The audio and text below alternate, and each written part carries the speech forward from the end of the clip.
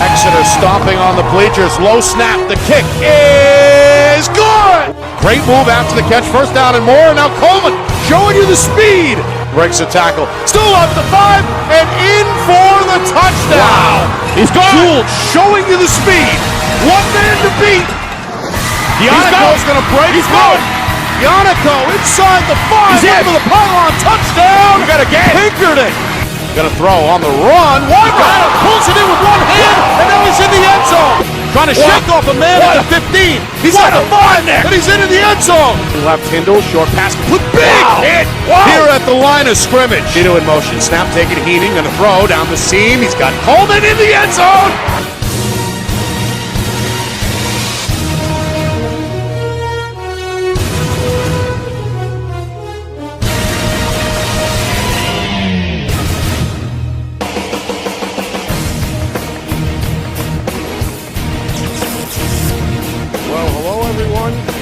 Welcome to Plymouth.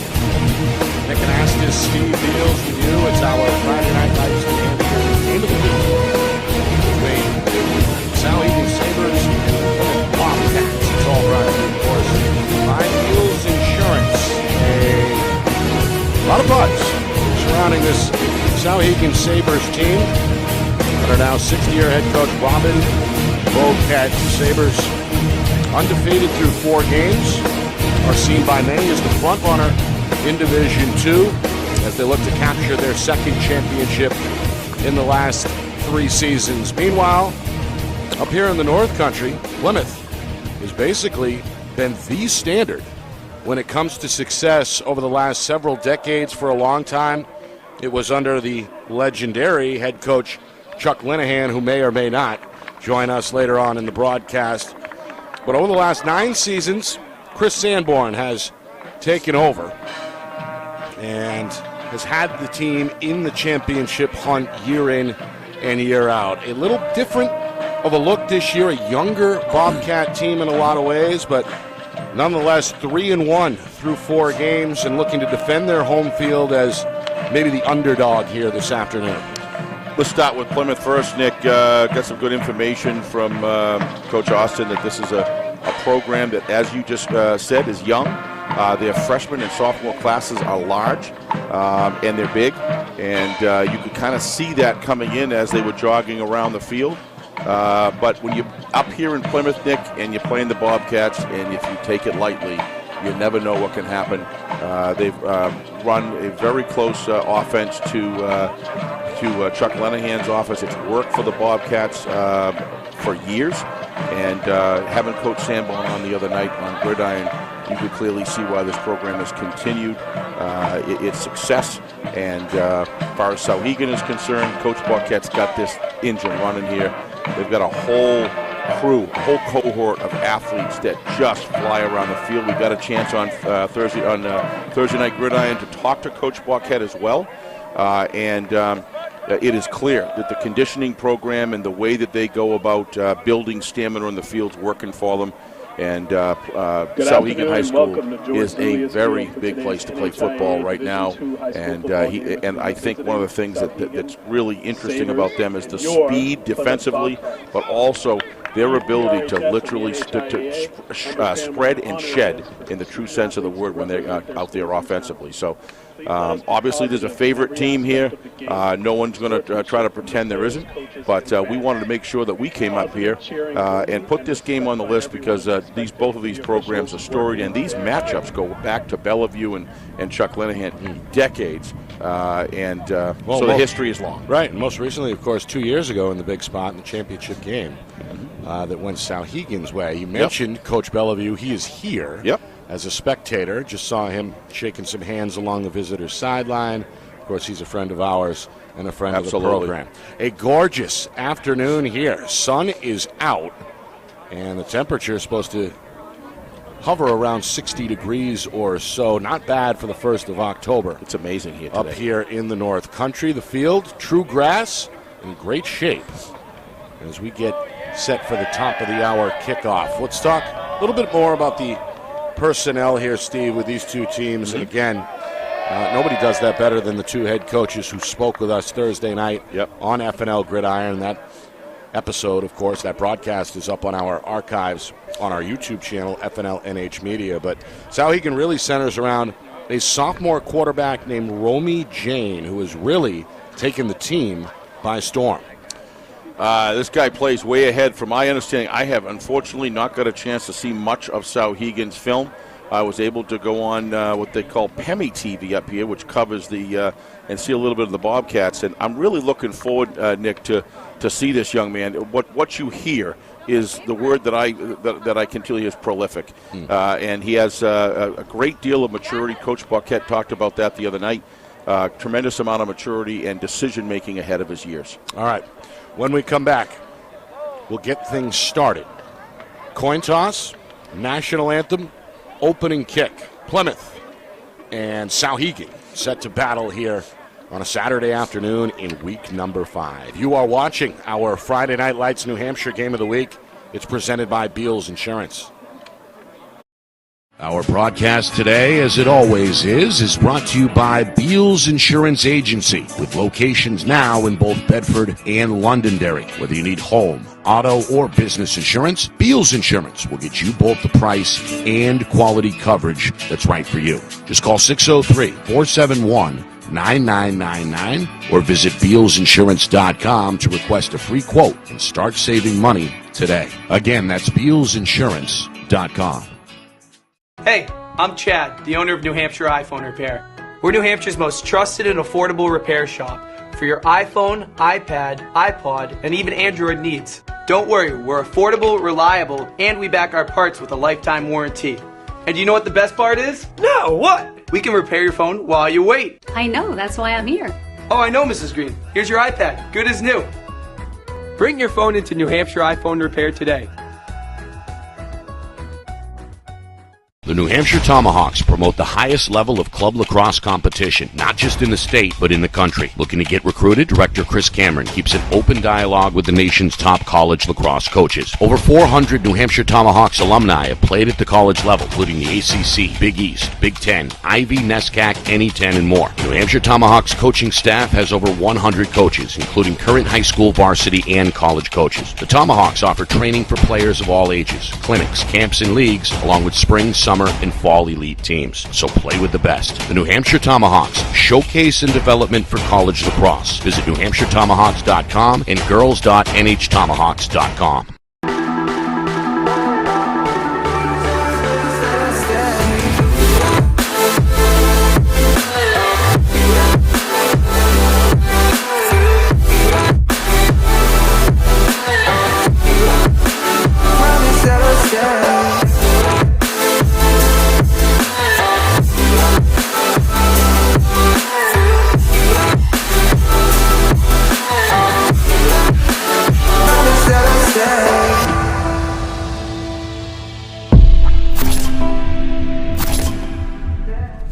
How can you reach your team's fundraising goals at no risk and no cost? MG Sports offers a variety of products to make your team's fundraiser a success. Their products include tickets and discount cards to hundreds of local businesses. MG Sports now has a digital platform where athletes can raise funds in the comfort and safety of their own home. Don't waste another season. Raise more funds than ever before and become another football program in New Hampshire that sets fundraising records every season. MG Sports, fundraising made easy. Visit mgsportsfundraising.com to start raising money for your team today.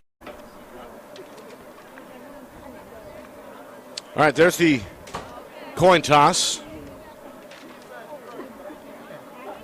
Souhegan captains and the Plymouth captains.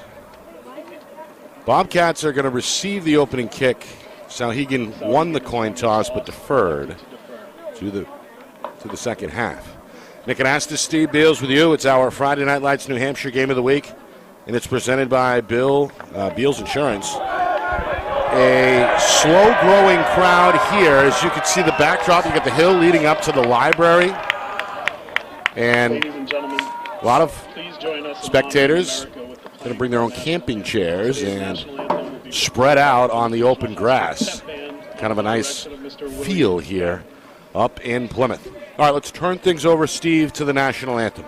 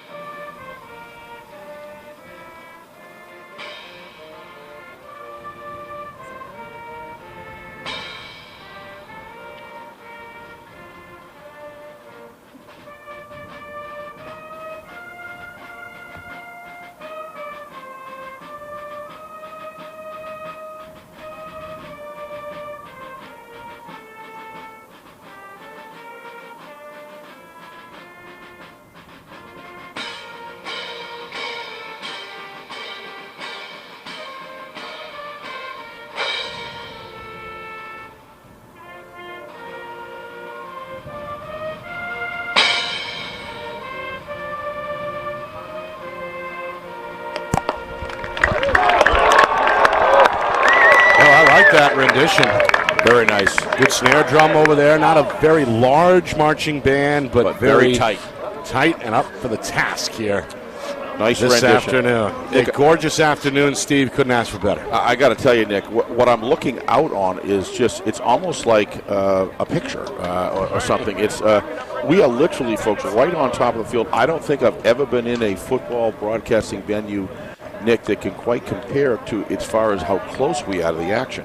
We're literally right over. And this field, when you look at the condition of this field here, the end of September, for actually October 1st, pristine. Pretty pristine. It's incredible. Great backdrop, as we know. Great backdrop. Right, and by again, the school. in terms of where we are on the calendar, October 1st, foliage is still in full swing here. A gorgeous backdrop as we get set to play some football. Again, Plymouth, seen by many as the underdog this afternoon, despite playing on their home field where they are very, very good traditionally. But they're going to have their hands full against this unbeaten Souhegan team. Some of the final scores that trickled in over the first month have been impressive, 60-plus on a couple of occasions. And we've got our cameraman John Barron in the end zone and Craig Incardoni embedded within the Plymouth Bobcat sideline. So we're going to get some good shots. Kristen Beals, of course, overhead. Up top. Opposite us here in the press box. On the return, this is Dylan Welch, one of the captains described to us off air as the main man by one of the Bobcats' assistants. He's got a pretty good return out to the 25-yard line. First and 10. That is where we'll see this Plymouth offense for the first time, led by sophomore quarterback Luke Diamond. Coach Sambor made the switch last week, going to the youngster. He's 5'9", 140 pounds, but he makes officially his first varsity start this afternoon against this vaunted Sabres defense. Yeah, if that's any indication of the kicking leg of for field goals for Souhegan, Nick, he could probably hit him from a pretty decent distance. First and 10. Looks like a four-man front for Souhegan. Welch on carry number 1 to the right side. Not going to find much on the edge. As a number of Sabres are in the area, including Charlie Maroon, one of the captains, the senior, who has really piled up a lot of tackles early. Of course, Brady Melvin is another guy who will say his name repeatedly. He's the middle linebacker, and as Coach Boquette has described before, he's one of the captains on the field, one of the coaches in a lot of senses. So both Melvin and Maroon, a couple of veterans, in on the first stop for Souhegan. We've got ourselves a 2nd down and 8. And again, Diamond going to take his time before going under center in this wing T offense. Left side run. Not a whole lot. Again, Matt Cleary, just nowhere to go. Defensive linemen, Nick, are just completely controlling the line of scrimmage there.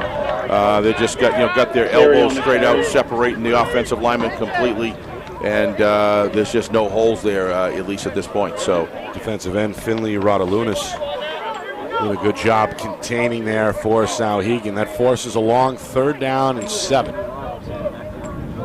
Again, Plymouth taking their time in the huddle here with over a minute gone by in this opening drive, trying to move the sticks. We'll send Dylan Veazey out wide. If they throw, he's likely the target. He's been their best wide receiver so far through a month. Back to throw, Diamond looks near side, puts it in the air. The swan is incomplete. Great defensive play there by J.J. Bright, Nick. That was a well-thrown football by Diamond, and I think Bright got an arm in there to pry it loose, trying to find Gianni Ciotti. Watch this defensive cornerback work right there. Just terrific, great timing. His back was turned, so he was clearly reading the eyes of the receiver. Terrific job. Bright, we know, one of the heralded speedsters for Coach Boquette, for a program that really puts an emphasis on speed. He clearly can get recovery speed without any question. Clocked at 4.5 at a couple of different camps over the summer. All right, punt time. This is Parker Eastman, the senior, going to get it away with the right foot, and it's a good one. Backtracking on the return attempt is Maddox McGrath. Trying to split defenders at the 40, going to lean forward and make his way up to about the 43, maybe the 44-yard line. Return of about 6. Souhegan, good starting field position for the offense. Here comes Romy Jane, again, a sophomore who, according to Coach Boquette, kind of took one of the leadership roles last year as a freshman, was voted by his fellow teammates is one of the captains here as a sophomore, and he's off to a great start, as we know. Yeah, think about that for a second. A bunch of seniors and juniors voting a sophomore captain. That speaks volumes. Very rare. Out of the gun on 1st and 10. This is Bright, left side. Breaks a tackle at the line of scrimmage. Still alive. 1st down and more. Foot race down on the far sideline. Bright is not going to be caught. It's a touchdown. A 57-yard touchdown run for J.J. Bright on the first play from scrimmage. Souhegan is on the board 6-0. Well, what an athlete this young man is. Watch this work. Goes around, nice kick-out block. Got the legs, a little bit of a missed tackle there, and then nobody's going to catch him. Looked like number 84 was quite a ways behind him there, just couldn't catch. Well, Will Foisey couldn't get there, and not a lot of players can go step for step with Bright. Yeah, he's just one of those guys, Nick, you got to get at the line or behind the line of scrimmage if you're going to bring him down.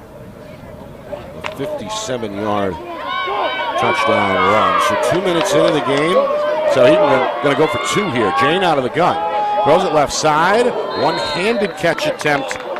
Nice defensive work. Going to happen. Incomplete. Maddox McGrath, the senior, gave it a good effort, but incomplete. So 6-0 is the Souhegan lead, and that's got this visitor sideline fired up here on the near side. Yeah, surprised they went for 2 there, Nick. I think they'd just go conventional 7 with a good kicker like that.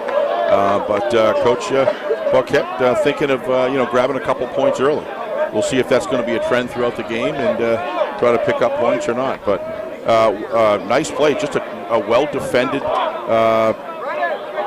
defensive play there on the receiver. Nonetheless, Souhegan gets the start they were looking for. They've got a 6-0 lead. They've taken a lot of the noise out of the crowd, so to speak. Speaking of the crowd, a lot of folks made the drive north from Amherst. Well over an hour trek. But they're here. They're supporting the Sabres, and they are pleased at least after the 6-0 start. Had a conversation with Coach Paquette. I'll tell you about in between. Kind of an interesting ride up here they had.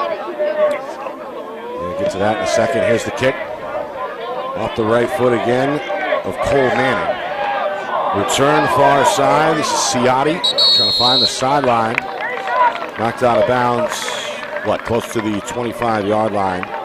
Not Ciotti on the return. That's Gabe Keene, number 20. The 5'11 junior. Able to get a little bit of spring. So drive number 2 here for Plymouth. Bobcats went 3 and out on their opening possession. Yeah, Coach Paquette was telling me on the way up in the bus, I guess they had some antifreeze problems. They had 2 buses. So they had to pull over in Canterbury and unload one bus and stuff everybody and all the equipment into one bus. He said there was some team chemistry built on the way up in a big way. Thank goodness it was cool. A bonding experience, I suppose. Oh, he's such a fun guy to talk to. They were a little late getting to the field as a result, but they're here. They're here, and the game started on time. All right, Diamond back under center from his own 25-yard line. Bobcats call a running play here. And not a whole lot, maybe 3 on a right side run.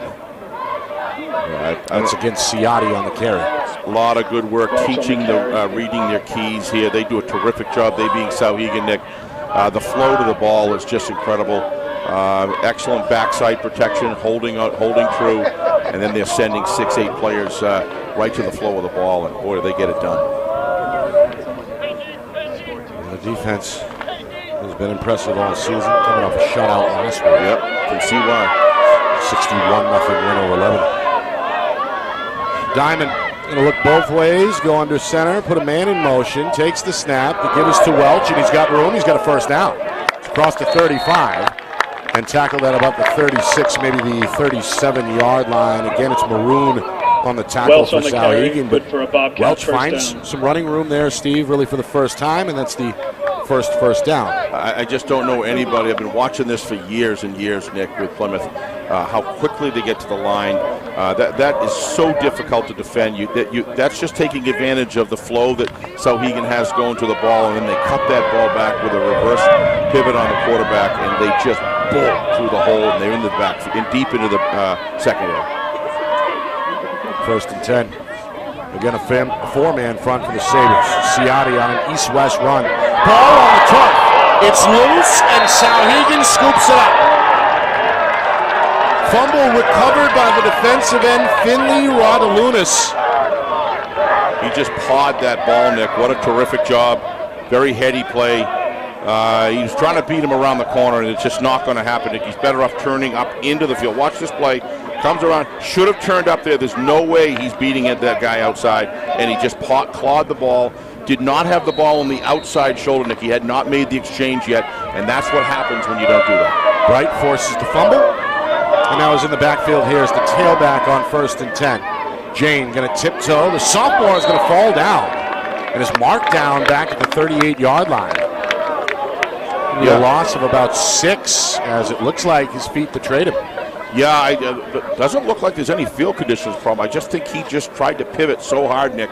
And he was kind of angled low, so he just didn't get the dig of the cleats into the ground, and they gave way underneath him. And that's an important play for Plymouth to hopefully try to get the ball back and make that turnover non-effectual at this point. So we'll see. Effectively a 7-yard loss. 2nd down and 17. 4 minutes in first quarter. Souhegan hoping to add to their 6-0 lead. Jane takes the snap, looks left, throws in the flat. He's got Bright. Bright trying to make 2 men miss. A little bit of a stiff arm before he's dragged to the ground down to the 35-yard line, close to the original line of scrimmage. So 3rd down and 11. It's like 3rd and 12 on the way here after a gain of 5. Yeah, not only did he get a little stiff arm, he's got some leg driving him. I bet you he can pump the whole leg press, Nick, in the gym. He is strong. He took 2 of those guys and just kind of moved them about 3 yards ahead and grabbed about an extra 4. So he's quite an athlete. This is quite a dynamic duo between the quarterback and running back. Number 1 and number 2 in white. And in the backfield here in the pistol on 3rd and 12. Jane on the rollout. Eyes downfield. Throws off the back foot. It's going to be wide open, but it's incomplete. Charlie Maroon got behind the defense, but couldn't haul it in. A drop pass is going to bring up a 4th down and 12 as the Bobcats may have just dodged a bullet there. Yeah, Will Forsey struggling a little bit, I think. If I'm not mistaken, that's going to be his receiver he's got to cover. The cornerbacks on both ends are covered, Nick. They're running a single safety. And on a cover 3, he's got to pick up that deep third. So, meanwhile, a late decision here and a personnel substitution they're going to allow by Souhegan forces the Bobcats to react as they make a handful of subs as well. It looks like we're set now for this 4th and 12. 5 minutes gone by in this first quarter. The Sabres are going to bring out the punter. This is Maddox McGrath. He's also a co-captain. Stands with his heels at midfield. Gets off the punt in the face of 3 Bobcats. It's high in the sky, angling for the corner. What a kick. Where are they going to mark that? I think about the 3 or 4 yard line. I think the 1. Yep, they are. The 1 yard line. That is just in front of the pylon. What a punt. Oh, there's no way with the hang time in that ball, Nick. That looked like a college kick right there. Wow. That was not just a college kick. That was an impressive NFL kick. A coffin corner, a true coffin corner. They're going to put that at the 1 yard line. Geez, I thought I was being very complimentary, but you won up. You anteed up, Nick. There's nowhere after the NFL I can go. I may go as far as saying that's one of the best punts I've ever seen. Yeah, it's a good one. In terms of placement. The hang time allowed no return whatsoever, even if it was in bounds. And he just cornered it. So now the Bobcats are in a bit of a precarious situation here. They're going to overload the right side of the line with their backs to the end zone. Handoff is for Welch. Gets through the initial hole, but not much further. Tackled by Melvin. Yeah, Melvin just saved about a 12, 14-yard gain at least there, Nick. That was a great outstretched tackle. He was able to get grip on the around the knees and be able to bring him down. That without that would have gone quite a bit further. So at least they're out to the 5 yard line. They got a little bit of room there. A little bit of room to breathe. Yep. Still got to be careful here. You sure do. On the upcoming 2nd down and 7. We're midway through the first quarter. Bobcats trailing 6-0. Diamond again under center in the wing tee. Snap, right side run, Welch. Gang tackled shy of the 10 yard line. Yeah, the offensive line, Nick, just isn't winning the individual battles, Nick. They're being manhandled right now by the defensive linemen, and it's giving the linebacker corps just free opportunities to just go in and shoot the vector that they want to the shortest line between 2 points, and they are getting there, and they're very proficient tacklers. So you can see why, you know, we hear the buzz about this Souhegan defense. And yeah, their front seven's been good all season. Without a doubt. Not the biggest group necessarily, especially Athletic. along that front four, but very, very good regardless. Zach Wyborny, number 53, was in on the tackle there. Meanwhile, Welch going to weave his way to the second level. Pick up another Bobcat first down. He's out across the 20 to the 21-yard line before he was cracked by Charlie Maroon. Picked up a nice block, I believe, from the left guard. Yep, right off the side there. And he won that individual battle, and that's all you need when the way the Bobcats get so quick through the hole, Nick. Just a quick controlling block just for a split second will get you through the line. And it looked like the linebackers were chasing the flow, and on that cutback, it's hard to pick up. They score a lot of touchdowns over the years with that play. Now it's out of 5 minutes, first quarter. Bobcats, back-to-back first downs. Ciotti in motion, handoff, not going to get much. Yeah, everybody's in the backfield. Lucky they got that exchange off there, Nick. That was Keene in motion, Ciotti on the carry. Either way, only a gain of 1, second down and 9. And you're right, not quite smooth with that handoff. Yeah, well, you're going to see it here. That's just defensive penetration. Watch the defense coming. You're going to get a good shot of it here. Watch the defense already in the backfield. Look at them. You're not going to get far with that. And they're pulling. You know, they're containing on both sides here, so there's literally nowhere to go. And then you got linebackers coming up after the fact. It's just too many defenders for. Radalunas has been impressive in this first half. Yeah, he has. First quarter. Fumble recovery, a couple of tackles. Inside give. And again, not much. No. A wall of white awaiting. Last man up from the pile is Welch, the ball carrier, after a gain of 1, third down and 8. Yeah, my son sent me a text about love the Bobcats uniforms, and I agree. I always have. But this Souhegan uniform here is pretty impressive too. I really like their helmets with that sort of a powder type look instead of a shiny look. It really looks good with the Souhegan on the side, and then with the almost like the scratch marks down on the. Well, the Souhegan uniforms are very broadcast friendly. It's the numbers black on white with the gold outline. They sure are. All right, gonna roll. Diamond, the pump, gonna tuck. He's gonna get brought down back about the 24-yard line again. Radalunas and company in on the tackle. But Diamond just was that just. For a high school play, that's really hard. You want to make something happen. You want it now, right? You want immediate satisfaction. And watch Diamond. He's looking downfield. Both receivers out. Did not throw the ball. Just tuck it and run, and not put your situation into a pick six or anything like that. That's what you really look for in a quarterback. Is good decision making. Had Louis Toledo on his back, able to carry the Souhegan defender a couple of yards, but not nearly enough. 4th down and 7. Bunt off the right foot of Eastman. Going to take a roll here for the Bobcats. Played by McGrath off the bounce.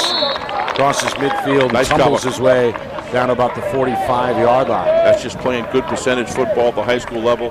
When you know that you're facing a buzzsaw, Nick, you never kick it and allow one of their best athletes a free reign of 15 to 20 yards to run back on you. Just don't do it. Plymouth didn't do it. Totally agree with that style kick, and they covered pretty well. So the fumble did not hurt them. No. They were able to get the ball back. They are on the field position in the 45-yard line, but however, good cover. 1st and 10. Pitch for Bright. Splits 2 defenders at the line. Leans forward. Holds out the ball to about the 40-yard line. Call it a gain of 5. 2nd down and 5 on the way. If you're just joining us, Plymouth received the opening kick, went 3 and out.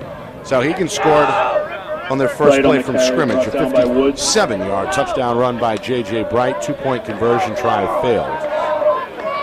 Next series, we saw the Bobcats give it right back on a fumble, but the defense forced a 3 and out of their own. Meanwhile, Jane on 2nd and 5 is going to spin his way out of the pocket. Taken down by Ciotti inside the 40, where at about the 37-yard line. Looks like a 3rd and 2 on the way. Surprised he didn't throw that flare out to J.J. Bright. May have been just a decoy to be able to free up get the linebackers to flow towards him. But he was open.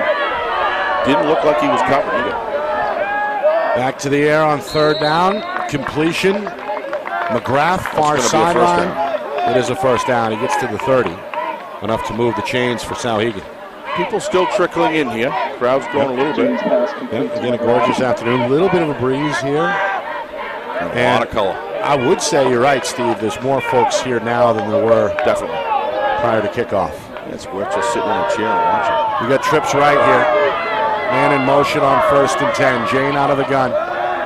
Plymouth going to rush 4. He's going to throw deep down the middle. It's incomplete. Good defensive play. That's both McGrath and Cole Manning in the area for Souhegan. It's incomplete. Yeah, Will Foisey did a great job there. Had a little struggle in a couple others, but he was right on that one. Did a great job covering and controlled the body position as they ran parallel together to keep him screened away from the overthrown football. Nice job. Inside of a minute. 2nd down and 10 here. High snap, fake the handoff. Catch is made in the flat near side. Pretty good stiff arm at the 25-yard line. Tackled by Foisey inside, looks like the 24. First catch of the afternoon for Braden Hickman, the sophomore for Souhegan. Third down and 2 coming up. Nice cover by Foisey. Last play, this play, nice open field tackle. That was well blocked, Nick. They were able to just kind of seal in the linebackers from the outside, so pretty well designed play. On a 3rd and 2, we're going to look for the deep shot. Good recovery by McGrath, who pulls it in. Inside the 10-yard line, just outside the 5 at the 6. Big hook up there. Longest completion of the quarter. Jane to McGrath, it's 1st and goal. Watch this. Awful hard to defend. Is it VZ? Was out there. Yep. It's just so hard. You don't want to turn around because you don't want the throw to go over your head. So you try to make sure you're behind him and then throws a dart right underneath. Sabres get one more play off before the end of the first quarter. They go right side on a stretch run, spinning his way into the end zone for the touchdown is Stephen Reynolds II, the senior on his first carry. With an impressive run after the handoff, is going to score from 6 yards out. Souhegan's got their second touchdown on the board, 12-0. This is just an overmatch on the offensive line against the defensive line on the right side. Watch it. They just open up the holes. Look at the center. Takes care of the nose guard. Great downfield blocking. Good seal outside by number 4 from Souhegan. Charlie Maroon. Just a well-blocked play. Just a mismatch, Nick. That's all. Another 2-point try here. Out of the pistol. Jane looking left, throwing left. One-handed attempt goes incomplete. Yeah, I wouldn't be surprised. There's a flag, though, on the play. Yeah, I wouldn't be surprised. This is an offensive push-off. I didn't see any defense. I could be wrong. He was right there. About to hear from our referee for the first false time. Start. Jim Pressure. False start. So Souhegan with a false start. Plymouth probably going to. Yep. Going to say we're all set. Decline the penalty, and the score is going to remain 12-0 as we head to the second quarter. 12 minutes in the books here in Plymouth. Good start for undefeated Souhegan. Sabres out in front, 12-zip. You are watching our Friday Night Lights New Hampshire Game of the Week, presented by Beals Insurance.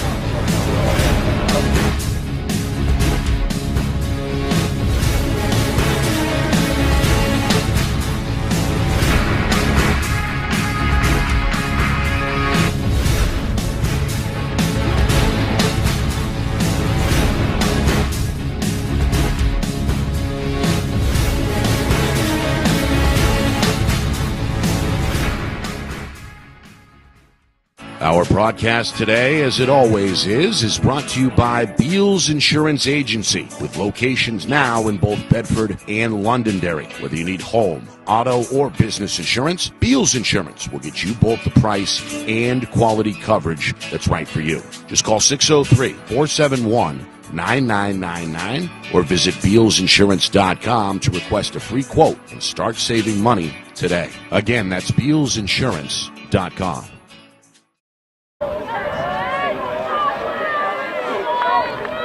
Start of the second quarter here in Plymouth. Nick Anastas, Steve Beals with you. It's our Friday Night Lights New Hampshire Game of the Week, presented by Beals Insurance. Souhegan looking to improve to 5-0 and stay unbeaten. A couple of touchdowns on the board in that first quarter, a long 57-yard touchdown rip by J.J. Bright, and then a short 6-yard plunge from Stephen Reynolds II. Meanwhile, Bobcats looking to get something going on the return. That's the junior Gabe Keene. He's across the 30 before he's gang tackled at about the 32-yard line. Plymouth's offense back on the field. Yeah, he came up on the kick return about 15 yards and grabbed that shoehorn catch. That's pretty impressive. But you know, he get about 12 yards, 10 or 12 yards afterwards. So they got some field position now because they've been deep in their own end pretty much for the whole game, Nick, for the most part. So we'll see what they can do with it. Has won the field position battle through at least the first quarter. Also had the game's early turnover and fumble recovery that gave them another short field. All right, we've got a new quarterback here, Steve. Sophomore Diamond on the sideline for the moment. This, of course, the running back Welch, just a direct snap. Not much to the right side. Cut down again by Maroon and company. Maybe a gain of 1. Yeah, good defensive line work. Look at the separation they're getting. You see all the arms separating. What that does is does not allow the offensive lineman to get a grip on the inside breastplate of the defensive lineman and control them, Nick. So nice tactical work here by the defensive line of Souhegan. It's just when you see the individual matchups in the vast majority of cases, just the defense, the Souhegan players are just too physically astute at the current time. Second down and 9. Diamond back under center. Welch swallowed up. Tackle made in the backfield, maybe about a yard or so behind the line of scrimmage. The linebacker, Sam Stevenson, first on the scene, the junior there for Souhegan. And the third down and long on the way here for Plymouth. Yeah, Welch could be a dangerous runner, but you got to get him through the line, past the line of scrimmage, Nick, and make a cut because good, solid runner. He just, in most cases here, when he's got the ball, he's not able to penetrate the scrimmage line. So. Third down and 9 officially. Those cutback runs have been pretty good, but counters, but can't run them every play. Out of the gun, Welch gets the throw for the first time. This one is incomplete. Nobody in the area along the home sideline, perhaps a little miscommunication. Welch trying to find out what went wrong. Souhegan, meanwhile, celebrating on the sideline after forcing a 3-and-out. Yeah, well, at some point, Nick, when your defense is on the field so much, you got to be careful of that because they begin, in the end of the second quarter and into the third and beyond, they get tired. So it's important, if nothing, even if they don't score, for Plymouth to be able to put together some offense next time they get the ball, move the sticks, and take some time. Sabres looking to block this. They got 10 men along the line of scrimmage. Got to be careful. Eastman takes a low snap, barely gets off the punt. It's a good one. McGrath back in the 30. Makes a man miss at the 35, lowers a shoulder at the 40. So lean forward to about the 42-yard line. You can hear the pop from up here in the booth. Eli Crane in on the tackle. McGrath on the return. Yeah. Eli stood right up against him. You got to give him a lot of credit. Nice job. You're going to see a good football hit right here. All technically sound, so that's why nobody comes up hurt. When it's done right, watch number 40 here. Slow motion you're going to get. Good stand up. Oh, he took a snap, but his head was up. McGrath may have delivered the hit. Yeah. More so than taking it. I would say, but he's first and 10. Jane under pressure, going to throw. Stevenson is open, but can't bring it in. Incomplete along the near sideline. Did have the step on the defensive back, Foisey. He couldn't quite reel that one in. It'll be second down and 10. Yeah. Boy, he's a good-looking quarterback, Nick. I got to tell you. He threw a pretty good ball there. It was just looked like it was just a little bit far outside. Looked to me, Nick, like it could have been a catchable ball. Cassidy may have slowed up a little bit. Yeah, I think he did. Hand off to Bright on second and 10. Another big hit near sideline.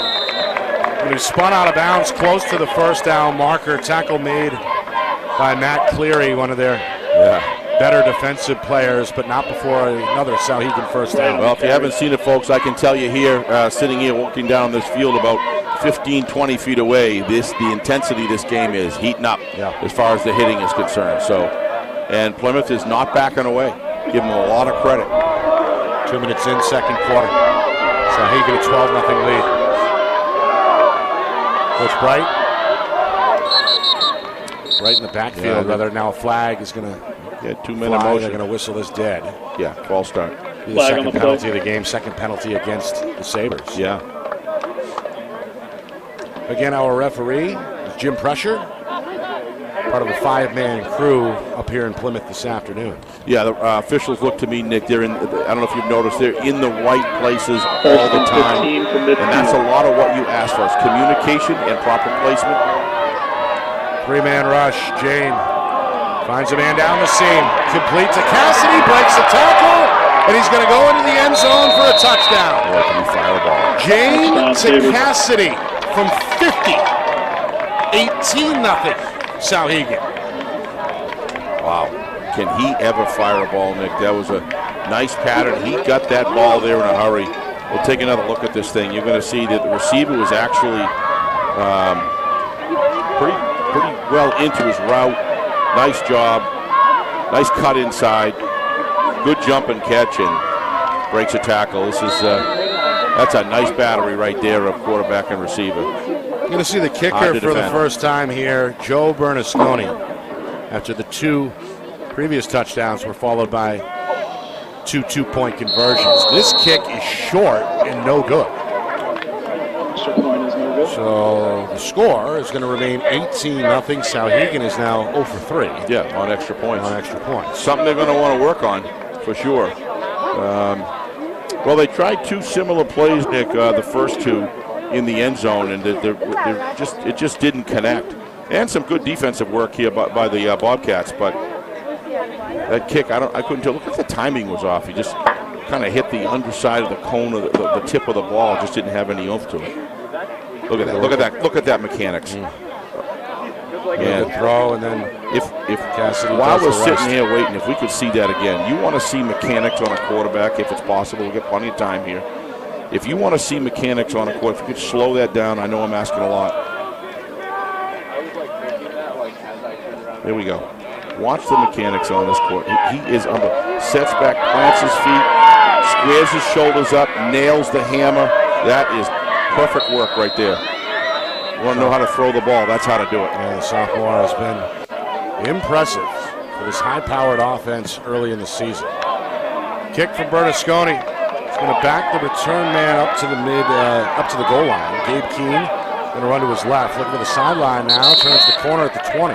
He grabbed everything he could. Knocked out of bounds right around the 21-yard line. Yeah, just too many guys. Watch the amount of people. Watch the amount of Souhegan players that are through the line. They're just missing their blocks here on the kick return. The speed is incredible. He did everything he could. There was just nothing. He kind of did that on his own, really. Finished off by Taylor Kamenakis, the junior. Give him credit for the tackle on that far sideline. Yeah, just not enough up-front blocks, Nick, as they're coming down the field. Got to square up with these guys. All right, so Plymouth, they've been able to do some things well here offensively in the first half. A few first downs. They've run the ball pretty well in spots.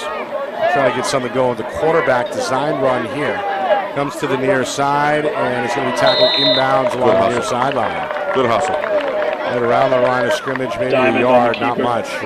Who was that around the corner? I couldn't tell if that was 54. I think at 54, you're going to see a guy does not care what the score is. He's got some pride, and let's give this guy some credit. Number 54, I believe. It's Brandon Dufour. Watch him come around the corner. He pulls outside, blows out the end, comes around, stays in it, blocking all the way to the end, and that's what got them the 3 yards. It was hard-earned.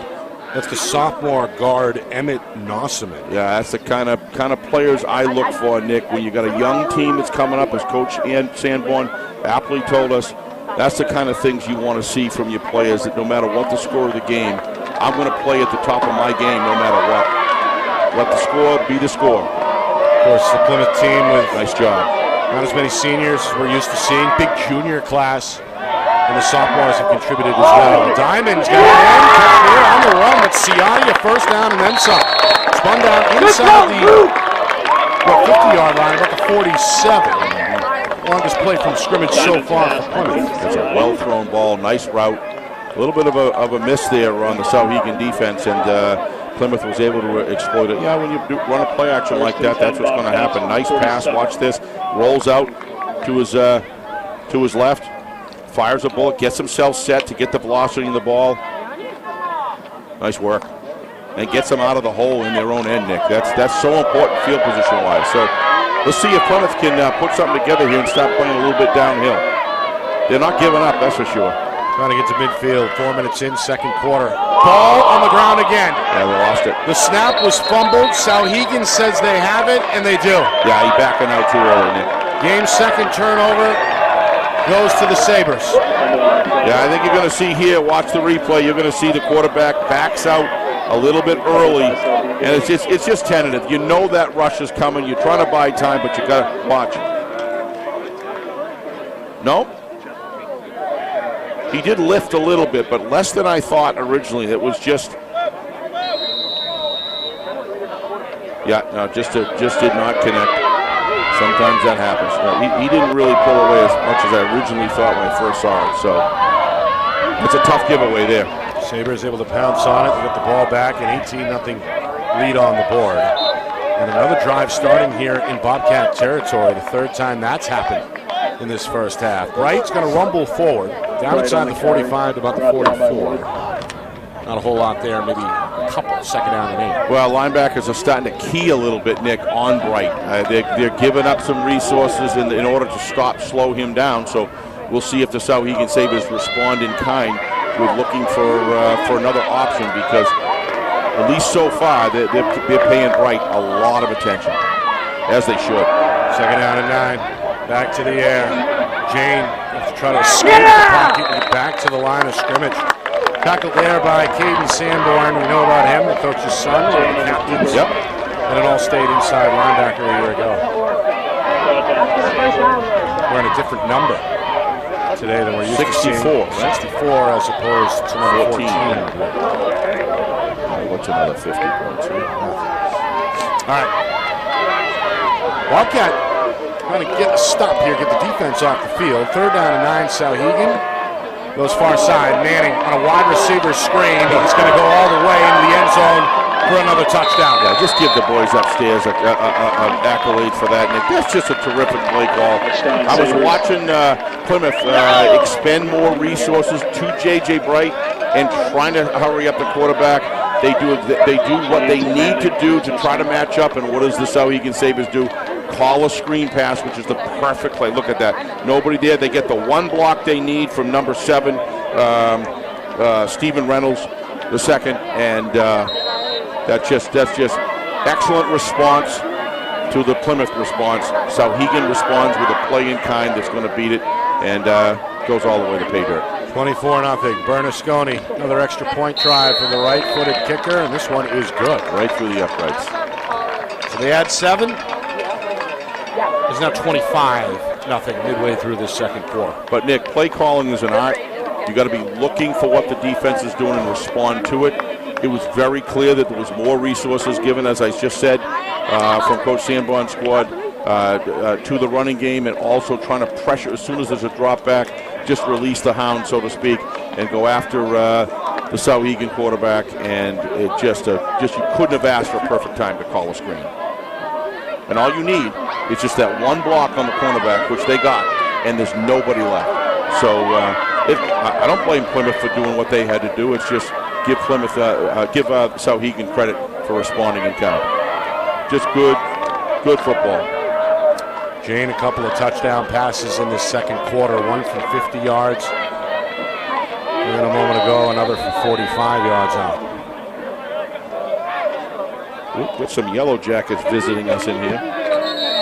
Meanwhile, a flag and a whistle. It's going to render the kick dead. It's a false start against Souhegan. I never thought this morning when we trekked up here, Nick, that I'd be sitting here with this warm. It's beautiful. The sun's shining in on us. And yeah, we had one of the staff members remove the window for us up here in the press box. Yeah, what a wonderful group of people here. Which not only improved our view of the field, but also increase the airflow up here in the booth a little bit. And they have cheeseburgers, folks. If you ever want to have a nice, cheap meal with good food, they have a cheeseburger twice the size of what you're going to see anywhere else. And a bacon cheeseburger. I was offered one, but Lord knows I don't need one, so I told him no, but it wasn't easy. Meanwhile, Bernasconi's kick is going to be fielded near side. It's again Keene going to tiptoe across the 25 and lean forward up to about the 28-yard line. Tackle made there for Souhegan by Carson Ben. So spot at the 29, a 1st and 10 coming.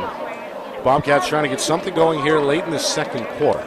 I don't know if we can get it, from John or Craig, if we can get a view of what it looks like from this side of the field, but what a magnificent setup they have here. They have the bleachers for those who want to sit down, but there's blankets and chairs. I mean, it just plenty of room from end zone to end zone. Right. Plenty of room on the hill. 35, 40 yards uphill on a very gradual uphill. Just terrific.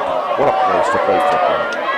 And as a result, it can house a lot more people. A lot more than you would expect. Meanwhile, Welch on 1st down makes a man miss at the 2nd level. I think he's got it.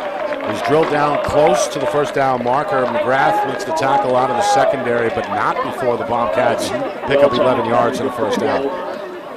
Well, let's see what Plymouth can do. This is about nobody losing their cool, recognizing and respecting the quality opponent that Souhegan is. They've been tearing up the league right across the board. There's no real surprise here. This is about individually growing against a team that's strong. And Plymouth is showing me in individual situations, you can't always go by the score. It's about development of players. And these guys don't back down. They keep coming out. They keep doing whatever they can do, but they're technically sound for what they've got. 1st and 10. Back to the ground. Welch. Not much. Tried to go through the A-gap. Defensive line was ready. Another stop there for Souhegan's Wyborny. Junior DT. A couple of tackles here in the 1st half. 2nd down and 10 coming. Well, you take a look at what's going on in Division II overall. Obviously, the conversation starts with Souhegan. Bo we know is a good team. Pelham. But that's no surprise. Souhegan, how about 4-0, 2 games of 60 plus. The other 2 wins, 41 points. Identical 41-14 wins over Milford and Manchester West. Right side run. Not a whole lot for Cleary here near side. Bright and company on the stop. The linebacker Toledo. He's going to get credit for the tackle. 3rd and 7. Facing Plymouth here. Again, they've been able to pick up 1st downs here and there, but haven't seen one of those sustained drives so far. No, but they put some plays together. That they've got some yardage.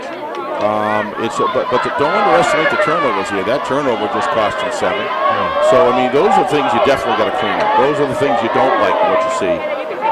But there's a lot of good stuff mixed in here as well. Diamond back to the air. The sophomore looks left. Throw is incomplete. Almost held on. Boy, that's Ciotti in double coverage. Nearly did the unthinkable and pulled that one in, but incomplete. Cassidy was right there to apply the pressure. So 4th down and 7. And a punt looks like is on the way. Yeah. So far, the Bobcat strategy has been to kick it away and don't allow a run back. I would continue that at this point. Even if you're evenly matched with a team, I just don't like to give special teams a limited amount of time to practice during the week. And really mistake can happen. I think good teams who use the sideline is almost a 12th defender. Correct. It's going to go right to him. This is down the middle. McGrath can raise that right arm over his helmet, call for the fair catch, and haul it in at the 20-yard line. So no return, close to a 40-yard punt. Souhegan will begin with their worst field position of this 1st half. They're on 10. Yeah, nice kick there. Sorry, 1st and 10 at their own 20. 4.5 to go until halftime. Coming up at halftime, full recap of this one, stats, highlights, and analysis. Look back at last night's action statewide. What a night. A few games in progress this afternoon, so we'll get a scoreboard look as well. That's all coming up at halftime. Well, we certainly covered one of the 2 or 3 best of the night. I think it was the best game. I think it was too, but I'm just saying there was others that were close. Yeah. We were, of course, in Plastow as Timberlane was able to beat Exeter. Jane finally is brought down. He broke 2 tackles. Couldn't do it a third time. Cian Woods finished him off along the sideline. In the end, it's a loss of 2. Second down and 12 coming up. Well, how about this Bobcat defense, Steve? Obviously, they knew they were going to have their hands full this afternoon. They've really been on the wrong side of the field position battle more often than not as well, but they've done some good things. It was bright. Like that, right. The ball's on the ground. It's a fumble. Bobcats do recover. I think that's the center, Sanborn, who may have recovered that. Third down and long. Souhegan, they were hoping for an incomplete pass. Nice pass out there. Oh, he's bobbling it. Actually, that was an incomplete pass, I think, Nick. He never had possession. The Sabres are saying. Yeah. But the officials... Well, they want the line of scrimmage. The officials disagree, right? Instead of a 3rd and 12, it's more like a 3rd down and 17, maybe 18 here as we move inside of 4 minutes. Clearly on review there on replay. Officially a 3rd and 21 after a 9-yard loss. Going to get a timeout here. First one called either way. It's going to be charged to Souhegan. Our broadcast is brought to you by Beals Insurance. Locations in both Bedford and Londonderry. Whether you need home, auto, or business insurance, Beals Insurance. Get you both the price and quality coverage that's right for you. Call 603-471-9999 or visit BealsInsurance.com. Also by MG Sports Fundraising. That's fundraising made easy. MG Sports Fundraising is the official fundraising partner of Friday Night Lights New Hampshire. Visit MGfundraising.com. Also, of course, by New Hampshire iPhone Repair. It's done while you wait. It's backed by their lifetime warranty. Now it's 6 locations in southern New Hampshire and on the seacoast at NHiPhoneRepair.com. By the New Hampshire Tomahawks, showcase and development for college lacrosse. Visit NHTomahawks.com and also girls.NHTomahawks.com. And finally, by Ghost Energy. Ghost is an active lifestyle sports nutrition brand that powers users to be seen beyond the walls of the gym. So be seen with Ghost Energy. Nick and Aston, Steve Beals with you live from Plymouth. It's our Friday Night Lights New Hampshire Game of the Week presented by Beals Insurance. Souhegan's on a 3rd down and 21. Going to go back to the air, throw in the middle, wrestle, complete. It's McGrath. Makes a man miss, got a first down. Across the 30, 35, up to the 40. Tackled at the 41-yard line. Another big completion there for Jane McGrath. Another grab and another first down for the Souhegan offense. Well, thought he had a chance defensively there but the route that he ran was just great. Boy, McGrath is an impressive route runner. The timing that he has. Pretty good hands. Pretty good hands as well, yep. There's a toss to Bright on first down. Gets the corner. First down and then some. The speed on display before he's knocked out of bounds right around the 40-yard line. Meanwhile, a flag is on the play. There's one down in the backfield at about the Sabre 41-yard line. Yeah, we'll see if we can see it here. It's going to come back here. It's against the offense. It's the 4th penalty. If it's a block in the back. That's the only thing that I saw, at least on the replay. If you look downfield, you'll see a hold. They're going to hold. Okay. Didn't see it. Hold somewhere. But that's the 3rd accepted penalty against Souhegan in this first half. Bobcats have been penalty-free. Just over 3 minutes to go here until the break. 25-0 Souhegan. A pair of touchdowns in each quarter so far. Out of the pistol. Will be first down and 19. High snap, Jane to his left. Sophomore looking downfield. Throws off the back foot. Got a man downfield. It's complete to Maroon. Inside the 30. Foot race along the near sideline. At the 10. At the 5. Touchdown! Souhegan. Cue this one up for 68 yards. Jane to Maroon. Touchdown number 2. No, touchdown pass number 3. For Romy Jane here, and it's now 31-0 Sabres. Watch the lead here. He feeds that ball right into the spot where the runner is running into full speed, never slows down, right in the breadbasket. What a delivery of a pass. Looks like somebody's down from, a Plymouth player is down on the left-hand side. And can't really tell what it is, but he's being attended to right now. But heck of a Heck of a hookup. Jane putting on a show. 3 touchdown passes all in the second quarter. Meanwhile, the player has his helmet off and is being attended to by the trainer here just out in front of the end zone along the near sideline. Both Welch and Ciotti concerned teammates, and now a few other members of the team and the medical staff going to try and get him to his feet. They had the wind knocked out of him, Nick. Usually when you see them come to that quickly, not come to, but I mean sit up that quickly, sometimes it's the wind knocked out of them. So, and of course, it's Parker Eastman, the 5'9" senior receiver / defensive back / kicker. Going all out there in a last-ditch effort to prevent the touchdown. You see there. Yeah, he came down on his face mask pretty hard. I think that's what it was, Nick. I'm going to get a better look of it here. Walking off the field under his own power. Yep, that's always good to see. I think you're going to see him. He sprawls himself out and dives with nothing to take to break the fall, and he comes down pretty hard on his face mask. Yeah. Also kind of swiping with that right arm, and he landed on it. Yep. Either way. He looks like he's okay, though. He's walking with a little vigor. I think you may be right. That's good. All right, Bernasconi, another extra point try. It's 31-0 Souhegan, trying to make it 32. He's 1 for 2 so far. Good snap, good hold. The kick is a floating effort that is going to find its way to the mark. It's good. 32-0 Souhegan. Got the party started 2 minutes in on their first play from scrimmage. Defense forced a 3 and out. They got the ball, and then they gave it to J.J. Bright, and then J.J. went 57 yards down the sideline for a touchdown. And then on the final play of the first quarter, they strike again. Steven Reynolds, second 6-yard touchdown run. 12-0 Sabres after 1. And then Romy Jane got to work. 3 straight touchdown passes. The first from 50 yards out to Connor Cassidy. Then the hook up to Cole Manning was from 45 yards away, and the longest yet a moment ago to Charlie Maroon, 68-yard touchdown pass. 32-0 our score with just inside of 3 minutes to go until halftime. Yeah, James just looks terrific, Nick. He does not look like a sophomore at all, which is just going to give this guy an opportunity to continue to mature through the rest of this year, junior and senior year. He's impressive in many different ways. Meanwhile, the return man muffed the catch. Has to fall on it and swallow his sword. That's Gabe Keane. Still not horrible field position. They're on 20. First and 10 coming up.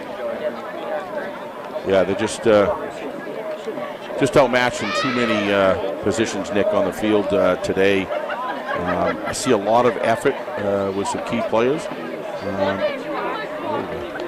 The bees are. They're out and about. Yeah. He's coming right at us, Nick. I don't know what veered him off, but looked like an F-16, a brown F-16 coming. He must have said something he didn't like. Yeah. Been very complimentary of the Wildcats. I don't know. Unless it came up on the Souhegan bus. I don't know. We got another 4-man front here for Souhegan. The flag is going to fly. I think it's too much time. It's the umpire, Sean Bean. So something he didn't like. It's going to go against Plymouth for the first time today. Delay game, 5-yard penalty. Isn't it funny? Sometimes you see that call and you say, that doesn't seem like any longer than before, but a lot of it starts, they get slow started, Nick. And that's what happens. Too much time. Diamond on 1st and 15. Got time, got a man. Inside, and seen. That's made. It's Foisey. Going to fight off McGrath at the 30. Does a good job at it. Grabs another 12 yards. Goes tackle below the knee at the 29-yard line. Longest pass play from scrimmage for Plymouth. It's a first down for the Bobcats. Diamond's pass. Yeah, I'll see how that didn't get picked up there, Nick. They kind of released them. Yeah. Can't really see it from there, but he's wide open. He was wide open. There wasn't anybody within 15 yards of him. But the ball was in the air for a bit, and good recovery. And McGrath a touchdown saving tackle. Yeah, but not before he was stiff-armed to add another 12 yards to the run. Took it down towards 2 minutes. Bobcats would love to get on the board before halftime. Going to throw again. Down the middle. Tipped, intercepted. Cassidy with the pick for Souhegan. Going to find some room on the near sideline on the return. It's ushered out of bounds at about the 27. Cassidy, who scored a long touchdown on offense, comes up with the game's third turnover on defense. Yeah, you don't really see them pass 2 times in a row very often, Nick. I was a little surprised at that. I think actually the receiving goal was the defensive backfield was pretty surprised as well. But that was just overthrown, had into double coverage. Not a good decision to throw that ball in that particular situation. And these turnovers are really starting to stack up against them as far as the points column. Yeah, a couple of lost fumbles and now an interception thrown. Sabre defense looking for a second straight shutout this afternoon. This Nice pass tipped, incomplete. Getting a big paw on it is Brennan Johnson, the 6'1 junior on the end. Good defensive play there for the Bobcats. 2nd down and 10 coming up for the Sabres. Always good. You got that outside position. You're in the line of the quarterback. Put your hands up for nothing else, just to confuse the quarterback, take away his vision. 2nd and 10. Screen, Bright, near side. Plenty of room. The first down and then some. Look out. Near side, going to be dragged down by VZ inside the 30 at about the 27-yard line. Another long hookup. Some more pass yardage for Romy Jane. Terrific looking athlete, J.J. Bright, Nick. He's so good, just so coordinated. He's always in the right spot. Not only is he a great athlete, he's a very heady athlete, very smart, you can see, and he's got that motor. Took advantage of some blocks downfield as well. Yes, he did.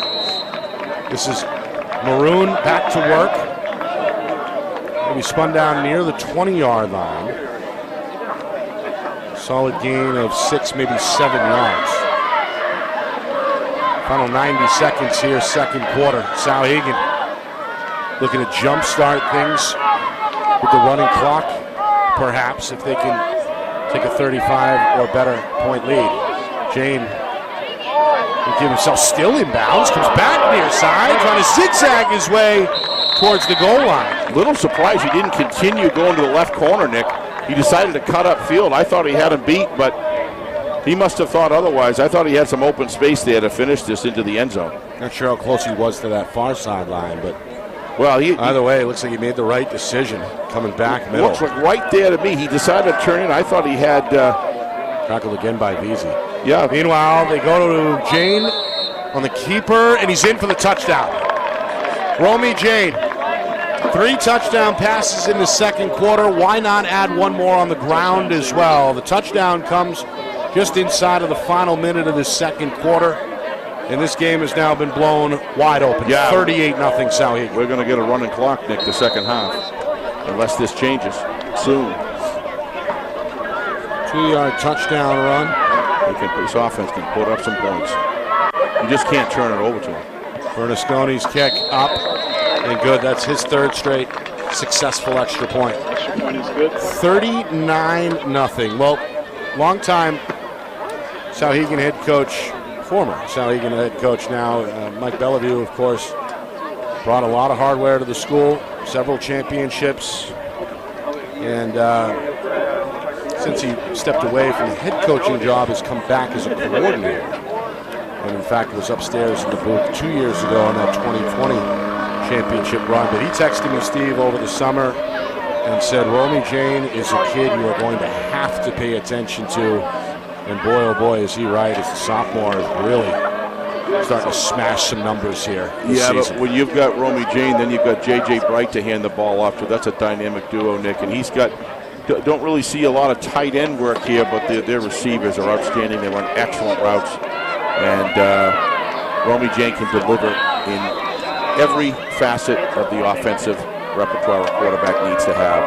And that he can run the ball, he can pass it, he can delay it, do everything. Bernasconi's kick fielded on the run. This is Keene near side at the 20. Cuts it upfield at the 25, spun down and about the 26-yard line. Yeah, there's a lot of players here on Souhegan, Nick, that you can see are not juniors and seniors that are getting in the game, and they're all trained at a high level. Now I'm seeing, remember we were talking on Gridiron on Thursday night to Coach Buckett, and I'd asked him, what is your plan? What's the methodology? What's the science? What are you doing? And he says we don't get into gassers and all that stuff. Right. We just keep players moving all the time so their body naturally conditions as they're learning. And it's a high-efficiency style conditioning program. I firmly believe that by today's athlete, that's what works. It's a different game today. He's aware of it, and you can see the results of it. Put the premium on speed. Absolutely. That's what he told us, starting with Bright and really trickling down to the rest of the roster. Meanwhile, Welch he'll sidestep his way over the 30 up to about the 32-yard line. Meanwhile, Melvin is slow to get up. That's one of Souhegan's key linebackers. Needs to be helped to his feet by his teammates. He's going to jog off here to the visitor sideline. Yeah, you were talking, Nick, about teaching speed, but it's not just for the skilled players, Nick. Right. There's a lot of speed here in the handwork. Proper positioning, proper technique. Their tackling is strong. Plymouth does a lot of things right, but again, this is just a matchup, individual matchups that collectively are not going to give Plymouth an opportunity. The one thing that Plymouth is a struggle with here that they got to work on is the turnovers, Nick. I think to a lot of degree they've given these turnovers. It isn't like they were taken away other than the first punch. The rest of them have been on their own doing. Diamond incomplete. Yeah, just under some pressure no there time. in the pocket. Tried to find Keene in the flat. The ball ends up on the grass. And again, incomplete. That'll stop the clock with 12 seconds remaining. Yeah, you see commonalities. I said the other night, you see certain teams that just have their whole team as far as the conditioning is concerned. And I'm not talking just the guys that are lean. I'm talking about the guys with the big frames. They run on and off the field. They don't walk. They're very, very quick with their hand-eye coordination, and they're faster than they look. Everybody says, "Geez, look at that! How fast can you really be?" Well, they are, and that's just this conditioning we're talking, which is outstanding. But you're right, Coach Bellevue is right. You've got to watch him run the game. It was a good run for Keene. Very good. To seek the sideline, step out of bounds. After picking up the first down across the 40 up to where? About the 43-yard line. Keene on the carry. 6 seconds to go. Looks like the last play on the way here. With halftime looming.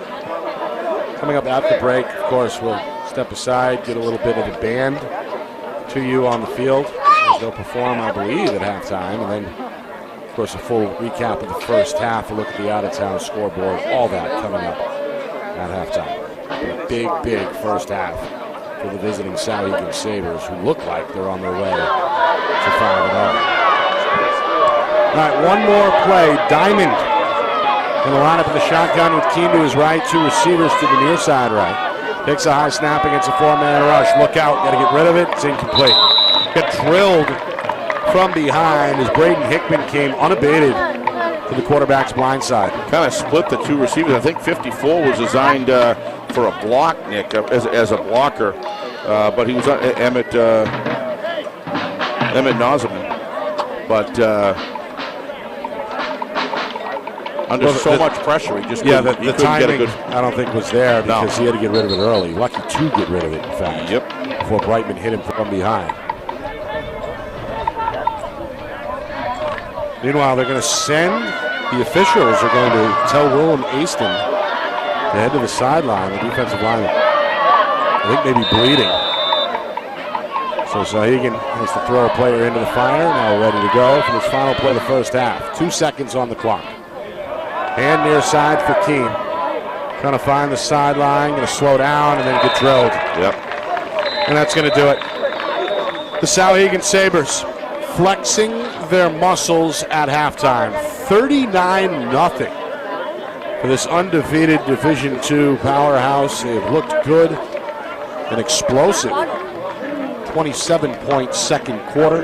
Defense forcing 3 turnovers. And through 2 quarters, they've got a shutout on the board here as Plymouth scratching their heads at halftime. That's no wonder they're just mowing the Division II. And you know, Nick, the score differentials, it's awful hard to find competition in Division II with the level of play they're playing right now, Nick, week on week. And that's part of the reason why, in in the MUR Power Poll that Souhegan's been in the mix almost every week. Yeah, the number 9. Number 9 out of Division II. That's not an easy task. You've got to be good. The only to be in Division there. II team represented in that New Hampshire Union Leader Power Poll. Of course, Guilford Belmont is undefeated, and it caught some people by surprise. But Souhegan on their way to perhaps another 60-point-plus outcome. For the third time in 5 games. 39-0 at halftime is our score. We will step aside, come back in a few minutes with some halftime numbers, as well as a look ahead and a look around the league. Week 5 scores to get to as well. It's been all Souhegan so far. Sabres 39, Plymouth broadcast 0. You are watching our Friday Night Lights New Hampshire game of the league, presented by Beals Insurance.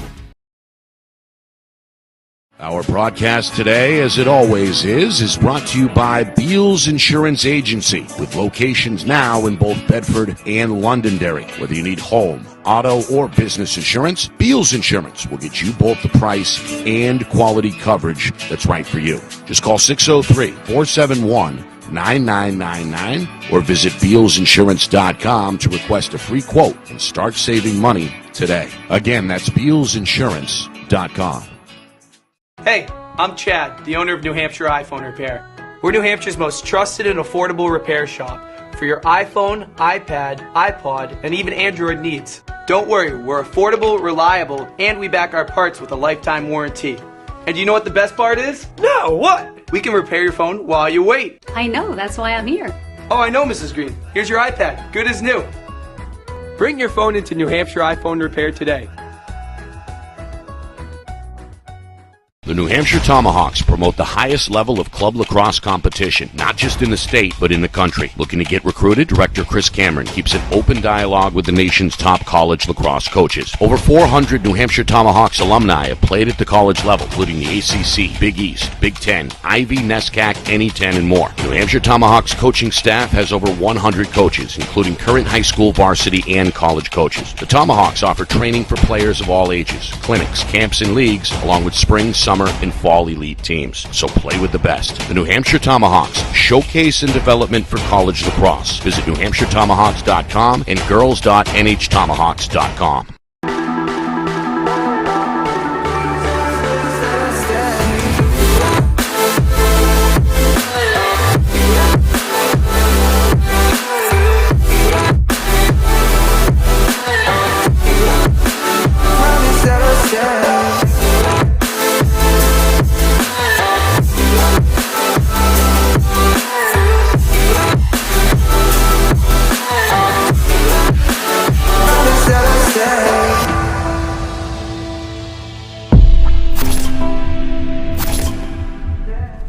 How can you reach your team's fundraising goals at no risk and no cost? MG Sports offers a variety of products to make your team's fundraiser a success. Their products include tickets and discount cards to hundreds of local businesses. MG Sports now has a digital platform where athletes can raise funds in the comfort and safety of their own home. Don't waste another season.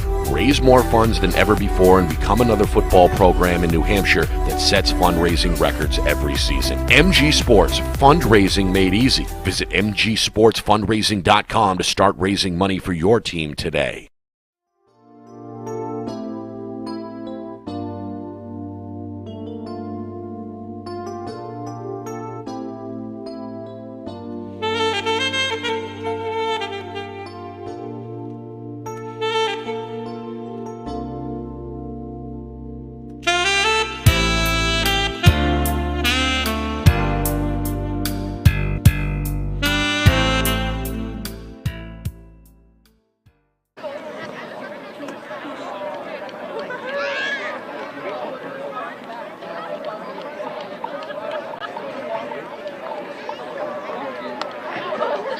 good on my face.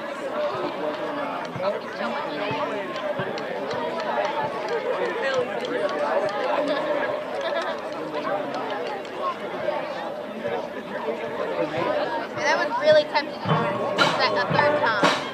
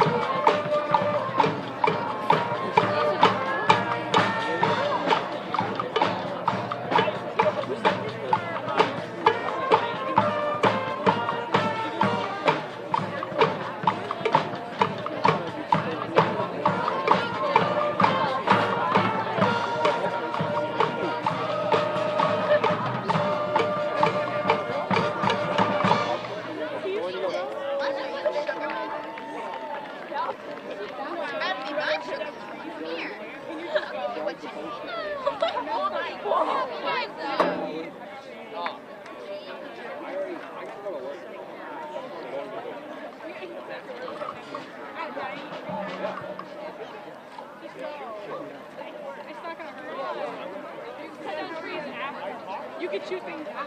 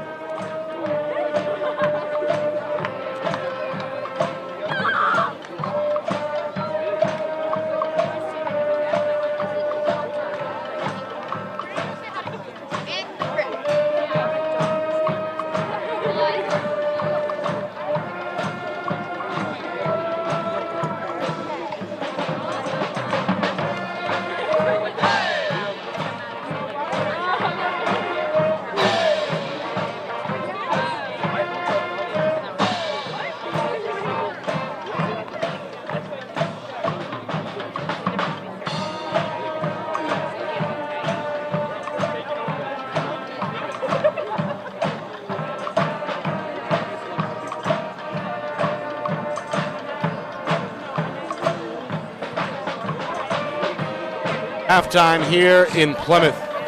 Souhegan having their way with the home team through 2 quarters. 39-0 is the Sabre lead. We get set for the second half and what is likely going to be a running clock now that the 35-point rule has kicking in. Souhegan looking very strong, particularly, Steve, in that second quarter where sophomore quarterback Romy Jane came alive. 3 touchdown passes, 1 more on the ground to put this thing basically out of reach. Yeah, I mean, this. I thought that Plymouth showed some fight in some certain areas, but football, in order to stay with a team, score-wise, has got to have have matchups that are have much more parity than what we're seeing today. There's 4 or 5 players on Plymouth in specific. Not that others aren't giving their best, but there's 4 or 5 players on Plymouth that can match up with about 16 or 18 players on Souhegan. But nobody's matching up with Romy Chain and J.J. Bright. Nobody. And even the receivers. I'll throw in a couple of the receivers as well. But the offensive line, the trenches, is being won almost every single play. I thought that Plymouth, they were able to ring off a little bit of yardage, and then they'd be either giving the ball away or then they go 3 and out. So it never really materializes. I thought they had an opportunity. They were down here in the 15, 20-yard line or 22-yard line, somewhere in that range, down to our right here, and then they fumbled the ball away. Oh, no, they threw an interception, right? Threw an interception, and of course, that drive was over, which was pretty good methodical drive down the field. So nothing's really gone at the end of the day as far as the scoring column for Plymouth. They do have some things that they can be happy with, of course, but there's a lot of work to be done. But more important than any work that's got to be done, these players, this young team has got to grow another year to compete at the level. One of the scary things we were talking about off the camera, Nick, was that Romy Jane and J.J. Bright are coming back again, along with a bunch of other players as well. So if you think Souhegan's going away and going to get any weaker, it's probably not going to happen. So everybody in Division 2 is going to have to step up the game if they're going to go even think about going toe-to-toe with the Sabres. Take a look at some of the scores here. I guess we'll stay with Division 2. You mentioned Pelham. They're still unbeaten. Big win over the Cavaliers of Hollis Brookline last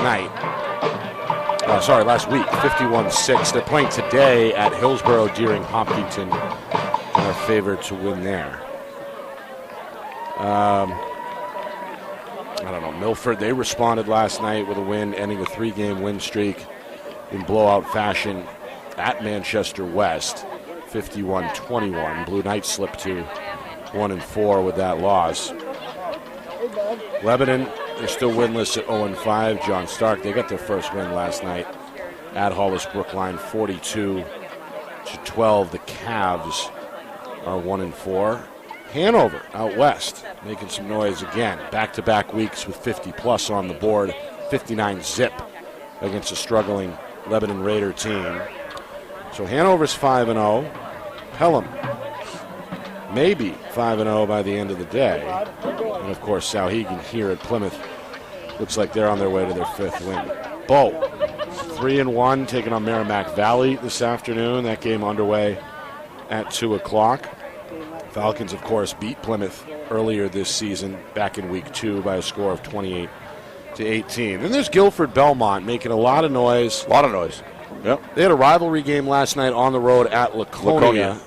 A little low scoring by their standards anyway, 20-7, but a win is a win. And again, Guilford Belmont is 5-0. They will play right here next weekend at Plymouth in week number 6. Kennett 3-2 after a win over Sanborn, 36-6. We mentioned Laconia. They continue to struggle, now 1-4. Merrimack Valley 2-2. They got a test today at Bow at 2 o'clock. Pembroke 1-3. Again in action against the Saints of St. Thomas today. Sanborn just 1-4 following a 36-6 loss last night against Kennett. So there's the D3 landscapes. You got 4 unbeatens, including Souhegan, still on the board. D2, you mean? In D2. D2, yeah. Excuse me. Yeah, so who do you see, or who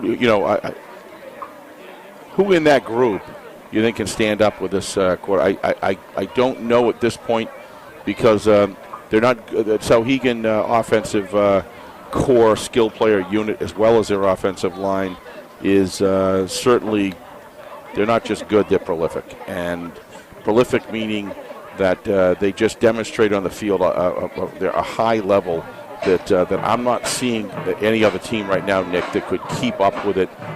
Their offense, never mind their speed on their defense to control you from scoring anything over, a touchdown or two a game if you're lucky.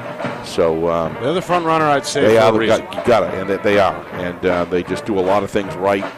And the team tackling, the way that they swarm to the ball, and the technique that they use is they use their assets well. And again, it's a culture that's really blossomed over the last few years. Of course, highlighted by a state championship in 2020 under head coach Robin Boquette. He's looking to do it a second time in just 3 seasons. Yeah, well, you watch Robin Boquette. He doesn't just pat Romy Jane on the. He's looking at all those sophomores. I watch him as he goes up and down the field. He gets after you if you don't do something well, and he expects high performance.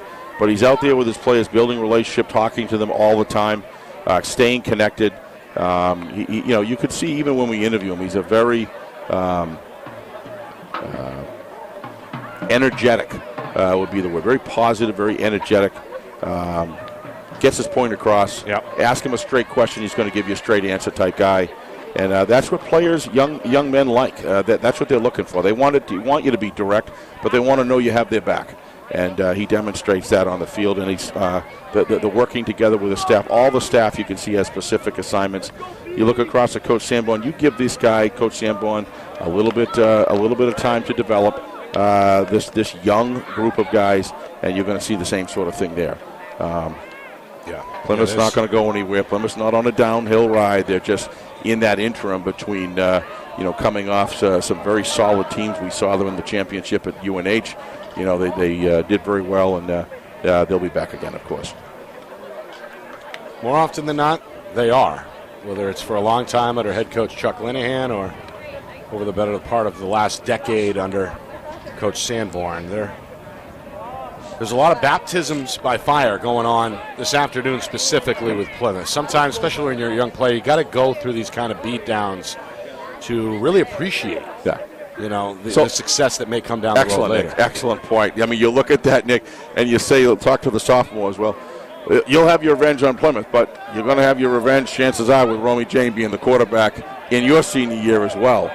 But that's something to shoot for. Yeah. But they are going to get bigger. They're going to get faster. They're going to get stronger. They're going to grow. They're going to close that gap. And we're going to see they believe in what they do, and for good reason. They get through the line of scrimmage as good as anybody else. It's just they need a little bit of time to continue to develop the team. I was very impressed with Coach Sanborn when he talk about a guy you ask a straight answer, ask a straight question, get a straight answer. These are both, in their own way, very direct coaches. You know where you stand. And very involved with their players going back and forth, and the staff. Everything seems to work in sequence. So, Souhegan, Nick, I from what I've seen so far,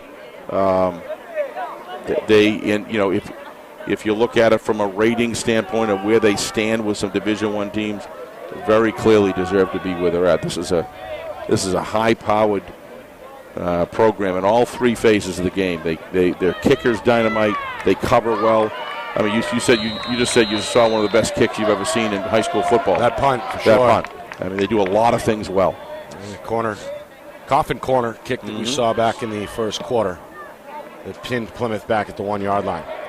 Meanwhile, this one is a squib kick on the ground, returned by one of the upmen for Souhegan. That's Grant Harris, the sophomore.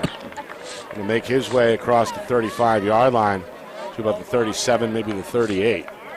That's one of the themes we've seen today, Steve. The field position battle has gone Souhegan's way somehow. Almost exclusively. Some way, you're right. Yeah. Throughout most of that first half, and they'll start here with a shorter field as well, just shy of their own 40.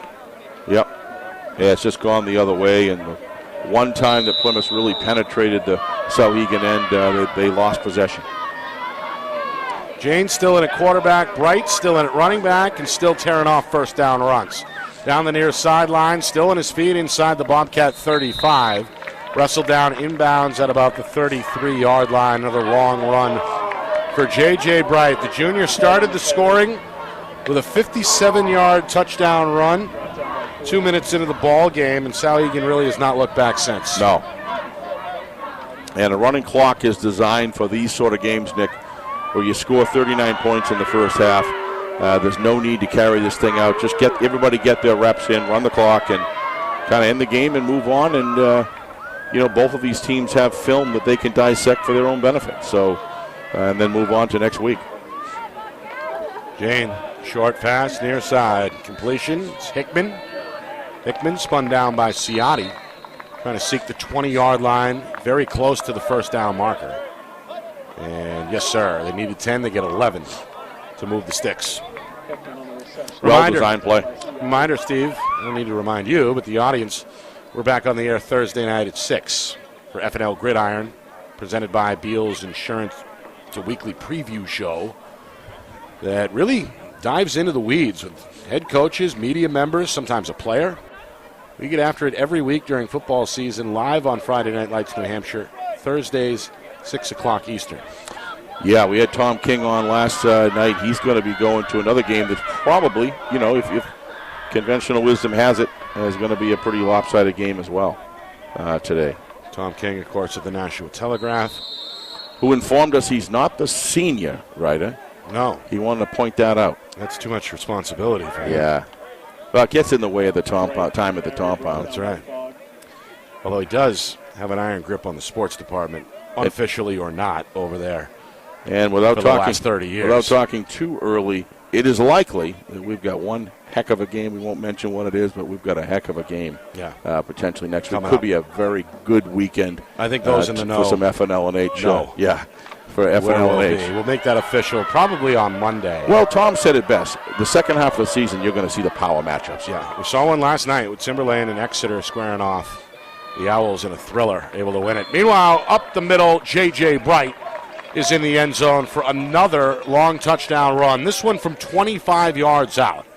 It comes with 3 minutes gone by in this second quarter, and it's now 45-0 Souhegan. Mm-hmm. Did I say second quarter? I meant second half. Of Yeah, course, a little we're in the third surprised that quarter. J.J. Bright's still in the game. You do not want to take a chance with an injury, Nick, with a player of that caliber when you're up, at that time 39-0. Now 45, but makes you wonder how long before Coach Boquette pulls the rest of his starters. I think he just did. He just told him to go sit down. You're done. I think. Bernasconi's kick is up and good, 46-0. Yeah, it looks like we're going to be seeing some of the backups come in. Jane and J.J. Bright, and can't tell who that is down there with him. It looks like McGrath are all sitting down now. That would make sense. Yeah. Then Cole Manning is sitting down next to him. I'm pretty sure they'll be helmets off here in a few minutes. So great performance by those guys today. Just been doing it all year. Well, they've got Hanover next up, so that will be a challenge. That's Friday night. Souhegan. Souhegan, right, yeah. Then on the road at Hollis Brookline, Pelham in week number 8, and then at John Stark to close out the season. Is Pelham in Souhegan, or is that down in Pelham? That's in Amherst. In Amherst. At Souhegan. Yeah. That's in 2 weeks? Pythons on Friday night, right? On the 21st. Yeah. Yeah, Pythons have their final 2 games on the road. And again, they're looking to improve to 5-0 today at Hillsborough, Deering, Hopkinton. Whoever believed that they wouldn't, everybody knew that when they moved up to Division II, Nick, it wasn't going to be long, and when they did, it wasn't going to, kind of like a Timberlane experience at Division I. Very at home with that move. Yeah. As we saw last night.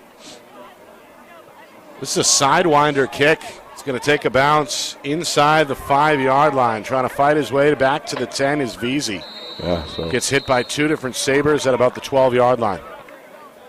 Yeah, so field position isn't really going to change on that kick. They're deep in their own territory. Would you say they're on the 10? It depends on where they spot it. It's close. Looks like the 10. It's in the 10-yard line. So this is the second drive Plymouth has had to start inside their own 10-yard line. Boy, the vivid colors, Nick, that are out our. It's a moneymaker. Wow. In this region, for sure. And we get it for free. Yeah. Well, yeah, we're spoiled by it. Yeah, who wouldn't want to sit on the side of a hill? Haven't seen any of the leaves really begin to fall yet either. No. Which is usually a good sign. All right. Another series for the sophomore quarterback Diamond. Got a hand to his captain Welch. Welch trying to bounce it left side and is tackled out of bounds after crossing the 15-yard line. Makes his way all the way to the 18, it looks like. Yep. Pretty good spot. And a pretty good first down carry of 8 yards there. Welch has been going hard. As we know, one of 3 captains. 5'9", 160-pound senior. And again, we spoke with one of the Plymouth assistants off air before the game. He was the first name that was brought up as our guy, and he's left it on the field here no matter what the score is this afternoon. And some other positive comments about a lot of other players that are very young that are coming up, and you can see that in the beginning of the game when they... Yeah, Welch just one of 6 returning starters from a team that went, 5-3 a year ago, 6-4, excuse me, before they bowed out in the quarters. All right, even if the Bobcats catch a loss today, Steve, they're going to be okay record-wise at 3-2 with 4 games to go. Yep. And who do they play next week? Sorry to catch you off guard there. They're at home. We know that. Yeah, because they've just been away. mentioned it a few minutes ago. I'm sorry. No, I can't remember. I've been focused down on the sidelines, Nick, I know. seeing who was coming off. Sorry about that. Yeah, I got you. They're playing Guilford Belmont. Belmont, they get that's 2 right. heavyweights back-to-back. 2 unbeaten opponents coming in to begin the month of October. Then their remaining schedule looks like this. At Kennett, St. Thomas at home, and then at Sanborn. So perhaps pull some wins out. Take their midseason lumps. They can finish on a high note and head into the playoffs with some momentum. But a lot can happen, as we know, between now and the end of the month. Yep. As we get another look at Welch putting in his work, paying his dues. He's the tailback of that wing tee. In the backfield here with Matt Cleary joining him. Ball on the ground. It's loose. Ciotti trying to dive back on it for Plymouth. And the senior did get to it in time to save the possession. Yeah, that play never got. Watch the backfield. It's just completely confounded in the backfield there. Defender got in the middle of the handoff. Watch this. You'll see it. That's just lucky they got the ball back here. See, right in there. Messed up the exchange, and good hustle trying to get the ball back there. It's Finley Rodalunas, who's been a pest on the edge all day today, getting into that backfield, seemingly at will. Recovered a fumble in his own right back in the first half, 1 of 3. Souhegan turnovers, takeaways, I should say. They recovered 2 fumbles, came up with an interception in that second quarter as well. Welch to the right side, nowhere to go. Sabres starting to boss people up front. Louis Toledo has played well. The sophomore, number 58 in white, has been active. Comes up with a big stop there to force now a 4th down and 6 coming up. Already inside of 5 minutes here remaining third quarter. Fast-moving running clock here in the second half with the Sabres out in front 46-0. Yeah, some more players just came off the field. A lot of substitutions going in on the Sabres right now. Meanwhile, Diamond is going to handle the punt duties. I believe it was Parker Eastman. I know he was kicking. I'm not sure if Eastman was the punter or not before, but he got shaken up late in that second quarter, and I don't believe has been on the field since. Meanwhile, the Bobcats are going to take a timeout, which gives us an opportunity to remind you that the broadcast today is brought to you by Beals Insurance. Locations in both Bedford and Londonderry. Whether you need home, auto, or business insurance, Beals Insurance will get you the price and quality coverage that's right for you. Visit BealsInsurance.com. Also by MG Sports Fundraising. That's fundraising made easy. MG Sports Fundraising is the official fundraising partner of Friday Night Lights New Hampshire. Visit MGSportsFundraising.com. Start raising money for your team today. Also by New Hampshire iPhone Repair. It's done while you wait. It's backed by their lifetime warranty. Now it's 6 locations in southern New Hampshire and on the seacoast. Visit NHiPhoneRepair.com. By the New Hampshire Tomahawks, showcase and development for college lacrosse. Visit NHTomahawks.com and also girls.NHTomahawks.com. And finally by Ghost Energy. Ghost is a sports nutrition brand that powers users to be seen beyond the walls of the gym, so be seen with Ghost Energy. Nick and Asta, Steve Beals with you. It's our Friday Night Lights New Hampshire Game of the Week presented by Beals Insurance. Another punt Off the right foot of Diamond, the sophomore aiming for that far sideline, going to get a friendly roll. Nice punt. Goes all the way inside the 30 before it is down at about the 28-yard line. No return, a good punt there. Souhegan with moderate starting field position here as we keep the clock ticking towards 4 minutes now, third quarter. Big lead on the board for the visiting Sabres, 46-0. When I coached, Nick, at the junior high level, where punting starts to you start getting punters that can move the ball or with some pretty decent distance. That's all you saw. I would never, ever allow a kick returner to get a clean hit in the ball. Playing with fire. I didn't care if I got 28, 30 yards down and bounded it out. Of course, I wanted more, and usually had some good kickers were able to do that. But just never, ever. Can be such a weapon. It's oftentimes can be overlooked. Good teams, And it's a good way to lose a game when you have a player on the field on the opposite side of the ball of you that can break a play open. Never give them the opportunity to do that. So I like that kick. I like that strategy. All right, it looks like Romy Jane's done. Day is done at quarterback as Souhegan has brought in the backup Michael Fiengo. Freshman, get some varsity experience here late in this third quarter. Sabres call a running play. They'll get 3 up the middle. Set up what looks like a 2nd down and 7 as we move inside at 3 minutes to go, third quarter. Yeah, Coach Barquette, really good decision to get these guys in early. Protect your starters, give them a little bit of break so they don't have a lot of mileage on for the week. But they have enough that they keep their sword sharp. Short week too for them. They get a short Friday night week, game. Absolutely. And then this is so good for these other players to get some varsity experience in early. I agree. 2nd down and 7. Out of the pistol. Hand off. Not much. Near side. Not sure who the ball carrier is, to be honest, Steve. Number 34. Yeah, I don't know. Does not appear on the Souhegan roster. He's made some special teams tackles, too. But either way, short, modest run to set up a 3rd down and 6. Gain of 1 as we hit the 2-minute mark, third quarter. Well, it's an opportunity where you can get a player on the field and kind of play. We'll call it double-A varsity here, where you get varsity-level players, but they're playing against the 2s and some mixes and some 1s.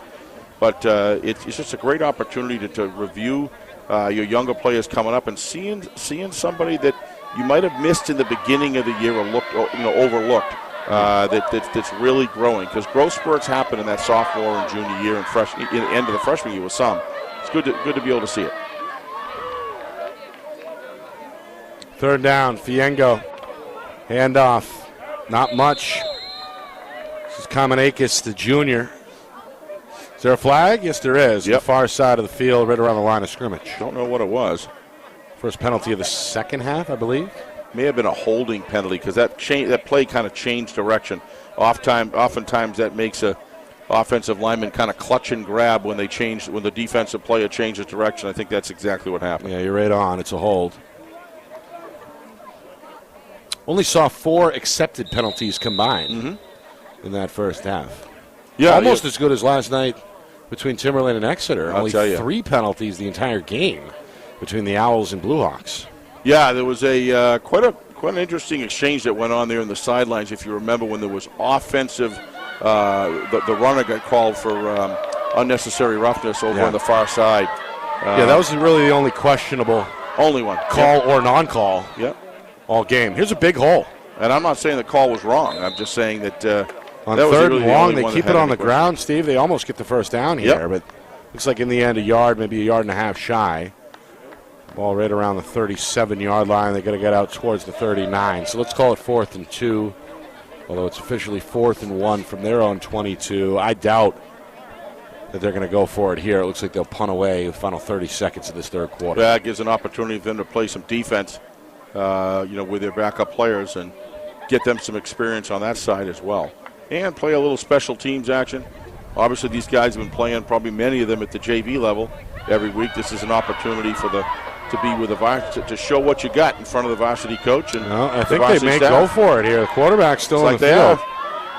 From their own 37-yard line, officially a 4th and 1. Fiengo looking over at Coach Boquette, and you get a timeout. Third quarter ended. Did it? Yeah, you're right. All right, see the upcoming 4th down call When we come back, Souhegan in the driver's seat here in Plymouth. 46-0 is the Sabre lead. Back for more on the other side. You're watching our Friday Night Lights New Hampshire Game of the Week, presented by Beals Insurance.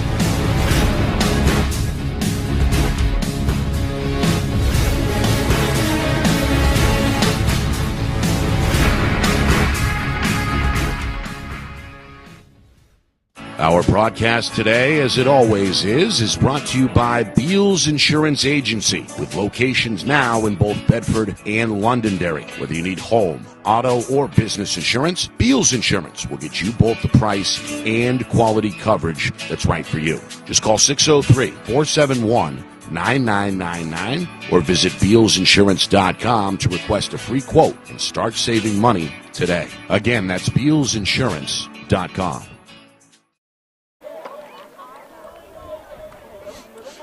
Fourth quarter here in Plymouth. Souhegan all over the Bobcats, 46-0. We've got a running clock here as we begin the fourth quarter. Nick Anastas, Steve Beals with you. It's our Friday Night Lights New Hampshire Game of the Week, presented by Beals Insurance. Souhegan with leads of 12-0 after the first quarter, 39-0 at halftime. They had one more in that third quarter, a 25-yard touchdown run by J.J. Bright, who looks magnificent, by the way. He is and likely done for the day. Yep. Quarterback keeper, Fiengo, the freshman. Nice near tackle. Side, big hit. Could hear it up here. Logan Marsh, freshman on freshman crime there on the tackle, but it's not going to matter. It's a hold. Yeah, he's got a little stinger there on the left-hand shoulder. He's hanging it down there. He's going to stay in the game, but now they're going to replace him. Watch this hit on replay here. You're going to get it's actually pretty darn good form tackling by this young man. Great tackle. Great tackle. It looks like that left shoulder got jammed. It was a pop. Look at him come across. Watch him break down, heads up, shoulders down. Nice tackle right where it's supposed to be. And there was some serious force there. He'll be back. He tackles like that, he's going to do just fine. It would have been a first down for Souhegan. Instead, the second hold of the drive is going to back them up 12 yards. It's a 4th and 13 now. Coach Boquette will not roll the dice. He sends the punter Hickman onto the field. He's standing along the near hash with his toes at the 10-yard line.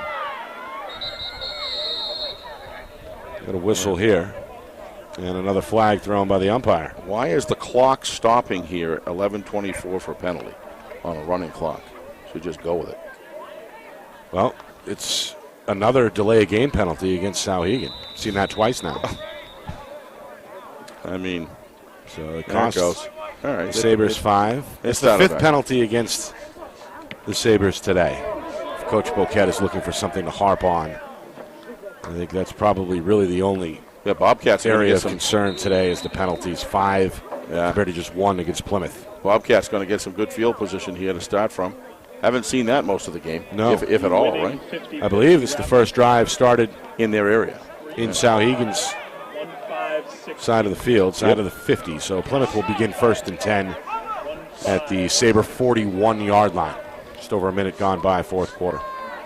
Well, again, to recap this one, Bright had a big day out of the backfield. A 57-yard touchdown run opened up the scoring. First play from scrimmage for Souhegan 2 minutes into the game, 6-0 at that point. Then at the end of the first quarter on the final play, Stephen Reynolds scored from 6 yards out. It was 12-0 Sabres after 1. Then Rainey Jane, the sophomore quarterback, got going, connected with Connor Cassidy from 50 yards out to push the score to 18-0. Another touchdown to Cole Manning from 45 yards out.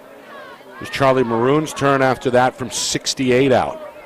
As we get a look at the first down carry here for Eli Crane, the sophomore. Runs behind right guard and picks up maybe 3 yards. 2nd down and 7 on the way. The final touchdown for Souhegan of the first half came on the ground from Jane. A 2-yard scamper in the final minute, so 39-0 was the Sabre lead at halftime. And then again, the lone score in that running clock third quarter came again from Bright, his second touchdown on the ground from 25 yards out, 46-0. And that is where we are here with now just over 2 minutes gone by in this fourth quarter. Plymouth on a 2nd down and 6 officially on the Souhegan 36-yard line. Another new quarterback in the game. First snap for Jake Sanborn. Jake, of course, the sophomore. Saw Caden Sanborn, the senior, and of course, Coach Sanborn had another son on that 2020 club that came up a little short in the championship game. This one on the ground again. Who was that, Bo? Bobcats recovered. What's that? Who was that championship game? Souhegan beat Plymouth. Okay. There was a Bo championship in there somewhere too that we had, right? I thought there was. Over at UNH. I have to dig that up. Yeah. Oh, was that Hollis Brookline? That Bo. That's what right. it was, yeah. Yeah, they beat Bo. That was a good game. Handoff left side. This is Marsh. Just had that big hit a moment ago defensively. Going to, I believe, register his first carry. Met on the far side edge by both Reynolds and Harris for Souhegan on the stop. I'm wondering if there's a couple teams that may want to move from Division III to Division II next year. How about Trinity? Oh, this will be the first one on my mind, without a doubt. They were in a battle last night. The other one, Monadnock, is put together. You don't look at just 1 year. You look at a body of 5 years, and you can tell when a program's working very much on a high. Canada's got a reputation for being one of the hardest hitting teams. Without a doubt. I'd say the better part of the last decade. Yep. Same with Monadnock, to your point. Sanborn going to throw on 4th down. Big hit, big catch, and I think a big first down. Despite the contact, Nolan Galvin. Yeah, they're going to move 5'10" sophomore are going to hang on his way to the ground, and they get just enough to keep the drive alive. It's a first down for Plymouth. Yeah, the ball kind of hung. Gave right. Good quality hit, though. That's good, clean football right there. Good, clean, aggressive football. That was Reynolds. Yeah, nice job. Who we saw contribute on the offensive side, making a big hit defensively out of the secondary. Yeah. One of the few players still on the field that saw action in that first half. 5 minutes in, 4th quarter, running clock, 1st and 10. Bobcats trying to avoid the shutout. Hoping to get a touchdown here to show for their efforts. Pitch left side. And again, it's Marsh. He gets the corner, and then he gets cleaned out. That's Reynolds. All over the place. Back-to-back tackles for number 7 in white. Covered a lot of ground, Steve. It looked like came from the near side to the far on that tackle. Yeah, surprised he's still out there, actually. Yeah. That's what I was saying. One of the few players that saw action consistently in the first half that's still in the game for Souhegan. Sometimes if they want, a lot of players play 2 different positions. Right. Their primary position and back up in case somebody goes down. Maybe Coach Boquette's looking to get him some time in that position, which you can see. Yeah.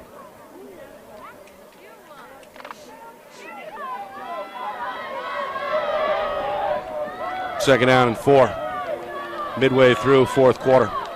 4-man front for Souhegan. Sanborn, the sophomore, under center.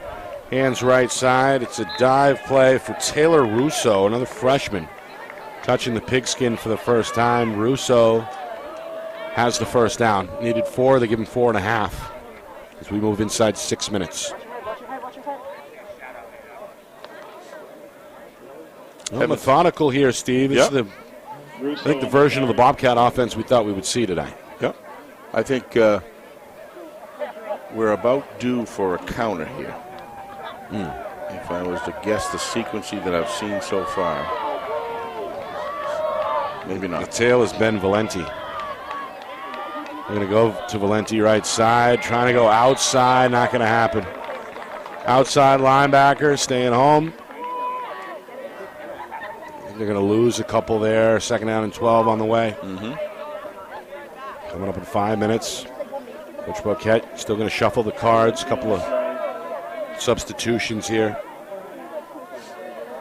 Takes off Brandon Dufour. Dufour is an interesting story. First year he's played football, Steve. He's one of their standouts on the diamond during baseball season in the spring. Able to contribute this afternoon. Having a word one-on-one with one of the assistants. That was a lot of fun. We did the Division 1 through 4 championship baseball this spring. That was a lot this past spring. That was a lot of fun over at Fisher Cat Stadium. Big play, blown up. It's the big D lineman, Gannon Arbogast. The sophomore Arbogast gets a rise out of the visitor's sideline. His teammates like that. It's a 2-yard loss. Came right through the gap and then shut it down. Yeah, you wait to see that guy in about a year, junior, senior year next year. He's big right now. He's big right now, but there's a difference, Nick, when they start getting to the point where they can really get a return on their investment as far as lifting is concerned and strength and conditioning. And he's going to be start turning some of that weight into muscle. Absolutely, and he's carried by Russo, by the way, his second. He's got a nice approach from the defensive line and his technique. I think we got a timeout here. We do. It's the Bobcats who ask for it. Second timeout of this second half. We'll stop the clock with 3:49 to go in this fourth quarter. Well, Plymouth again, hoping to get in the end zone. Yeah, trying to get a score in. Yep. I don't think they've been inside the red zone. No, I think they were when they fumbled the ball. Remember, in the second quarter, they were way down in the end, and it was either an interception, it was a turnover, and they lost it. Oh yeah. Well, they're on the doorstep either way right now with the nose of the football just outside the 20-yard line. And from a psychological standpoint, I think they would like to score, and avoid the shutout. You like to avoid the shutout, but you like to end with something positive to get on films and talk about. And especially with the second group. Yep. Well, whatever the message was, Coach Sanborn delivered it pretty quickly. Yeah. These guys are at the line ready to go. Souhegan now finally in a position here. Snap, throw. Sanborn looking far sideline and may have drawn an interference call. A couple of flags come in. That one ends up out of bounds. Nobody really in the area there for Plymouth. There may have been a grab, but Coach Boquette was hoping it would be declared uncatchable. It won't. It's interference against Souhegan. Looked to me like two guys just happened to independently collide, and both were running equally in their own direction, but that ball wasn't anywhere near anybody.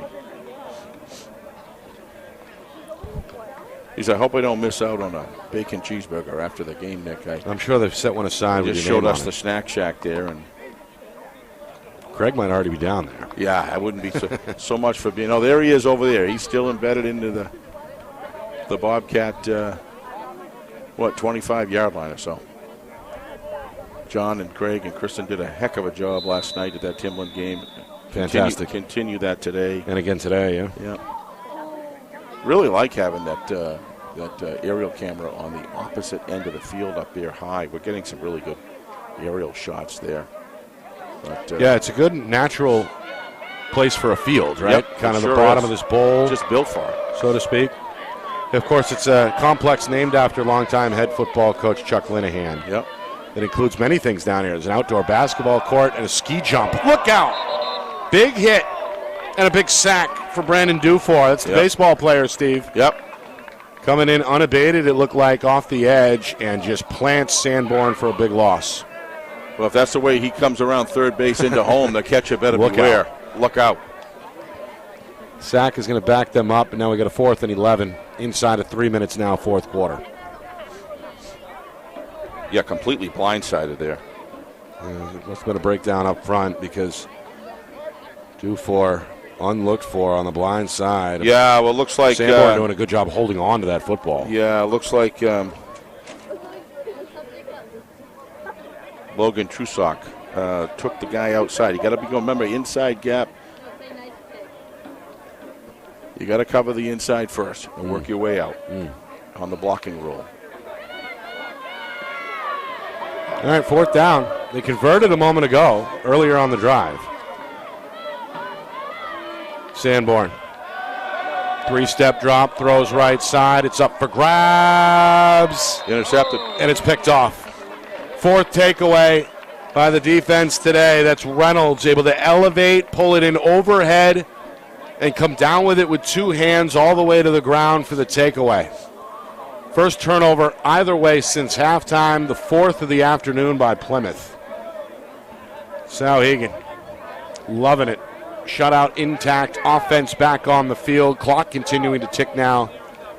About 90 seconds or so remaining here in regulation. Well, these coaches work with these guys too, periodically, and watching their success and building a program is you want to see these guys do well against Plymouth at the second level. So A lot of exuberance here on the sideline. Everybody's wearing the uniform. Absolutely. Everybody works hard in practice, no matter how many snaps you see in the regular season. Yeah, I'd probably like to have that throwback. Jake, I'd like to have that throwback. Yeah. There was kind of some double coverage there. Final minute. Sabres putting the final touches on their 5th win in victory formation. The freshman quarterback, Michael Fiengo, going to drop the right knee to the grass and take a knee. And that means, I think, just one more snap remaining here as we're down to 40 seconds. Coming up, we'll have a post game for you. Of course, full recap, stats, highlights, analysis, and another look at the Saturday afternoon Week 5 scoreboard. That's all coming up. As the Sabres, impressive today, built up their halftime lead to 39-0. Very impressive. They had another in the third quarter. They blank Plymouth for 4 quarters and are now a scary 5-0 following a 46-0 victory on the road here at Plymouth. Well, you can be narrow and deep, or you can be broad and deep. And the Souhegan Sabres are broad and deep. There's a high level in across the board of what I saw in their whole lineup. Both sides of the ball. They kick well. They cover well. They return well. They block well. All of the fundamental things, and then you've got some God-given capabilities as well on the speed side of things that they've maxed to the ceiling as far as application on the football field, and it's just it's a great thing to see. And they're the standard bearers right now in Division 2. This is a little further apart than I expected. I absolutely expected Souhegan to come in at the end of the game with a commanding win, but I did not expect it to be over in midway through the second quarter. That surprised me. Full recap on the other side as we bring in the post game in just a few minutes. You're watching our Friday Night Lights New Hampshire Game of the Week. It's presented by Beals Insurance. Our broadcast today, as it always is brought to you by Beals Insurance Agency, with locations now in both Bedford and Londonderry. Whether you need home, auto, or business insurance, Beals Insurance will get you both the price and quality coverage that's right for you. Just call 603-471-9999 or visit BealsInsurance.com to request a free quote and start saving money today. Again, that's BealsInsurance.com. Hey, I'm Chad, the owner of New Hampshire iPhone Repair. We're New Hampshire's most trusted and affordable repair shop for your iPhone, iPad, iPod, and even Android needs. Don't worry, we're affordable, reliable, and we back our parts with a lifetime warranty.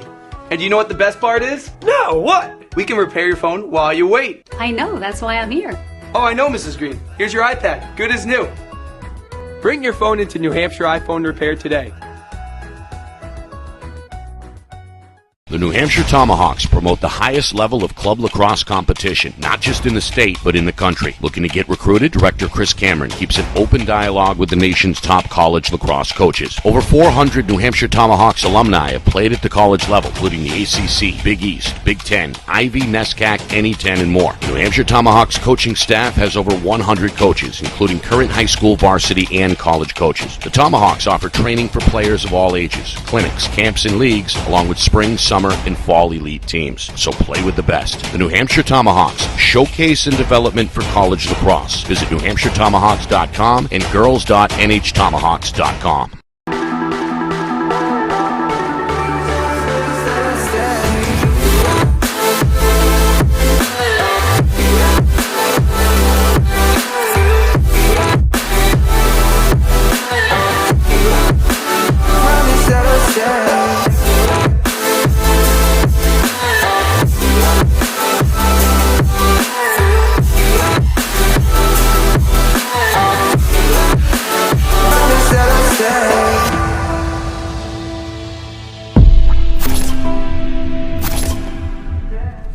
How can you reach your team's fundraising goals at no risk and no cost? MG Sports offers a variety of products to make your team's fundraiser a success. Their products include tickets and discount cards to hundreds of local businesses. MG Sports now has a digital platform where athletes can raise funds in the comfort and safety of their own home. Don't waste another season. Raise more funds than ever before and become another football program in New Hampshire that sets fundraising records every season. MG Sports, fundraising made easy. Visit MGSports.com sportsfundraising.com to start raising money for your team today. Souhegan now 5-0 following a 46-0 win on the road here in Plymouth. Back here for the post-game coverage. It's our Friday Night Lights New Hampshire Game of the Week.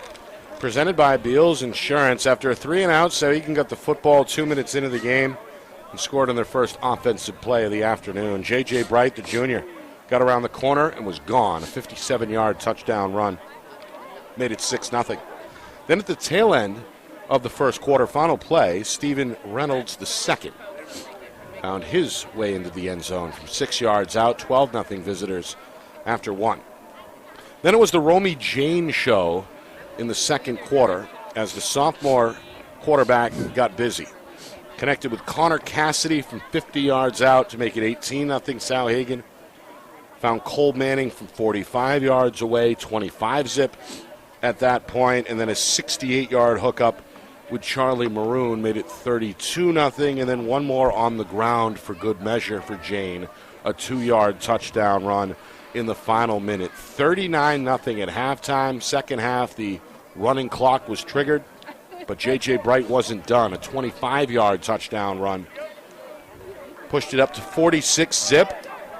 We see a scoreless fourth quarter, and our final score ends up being Souhegan 46, Plymouth nothing. Sabres 4-0.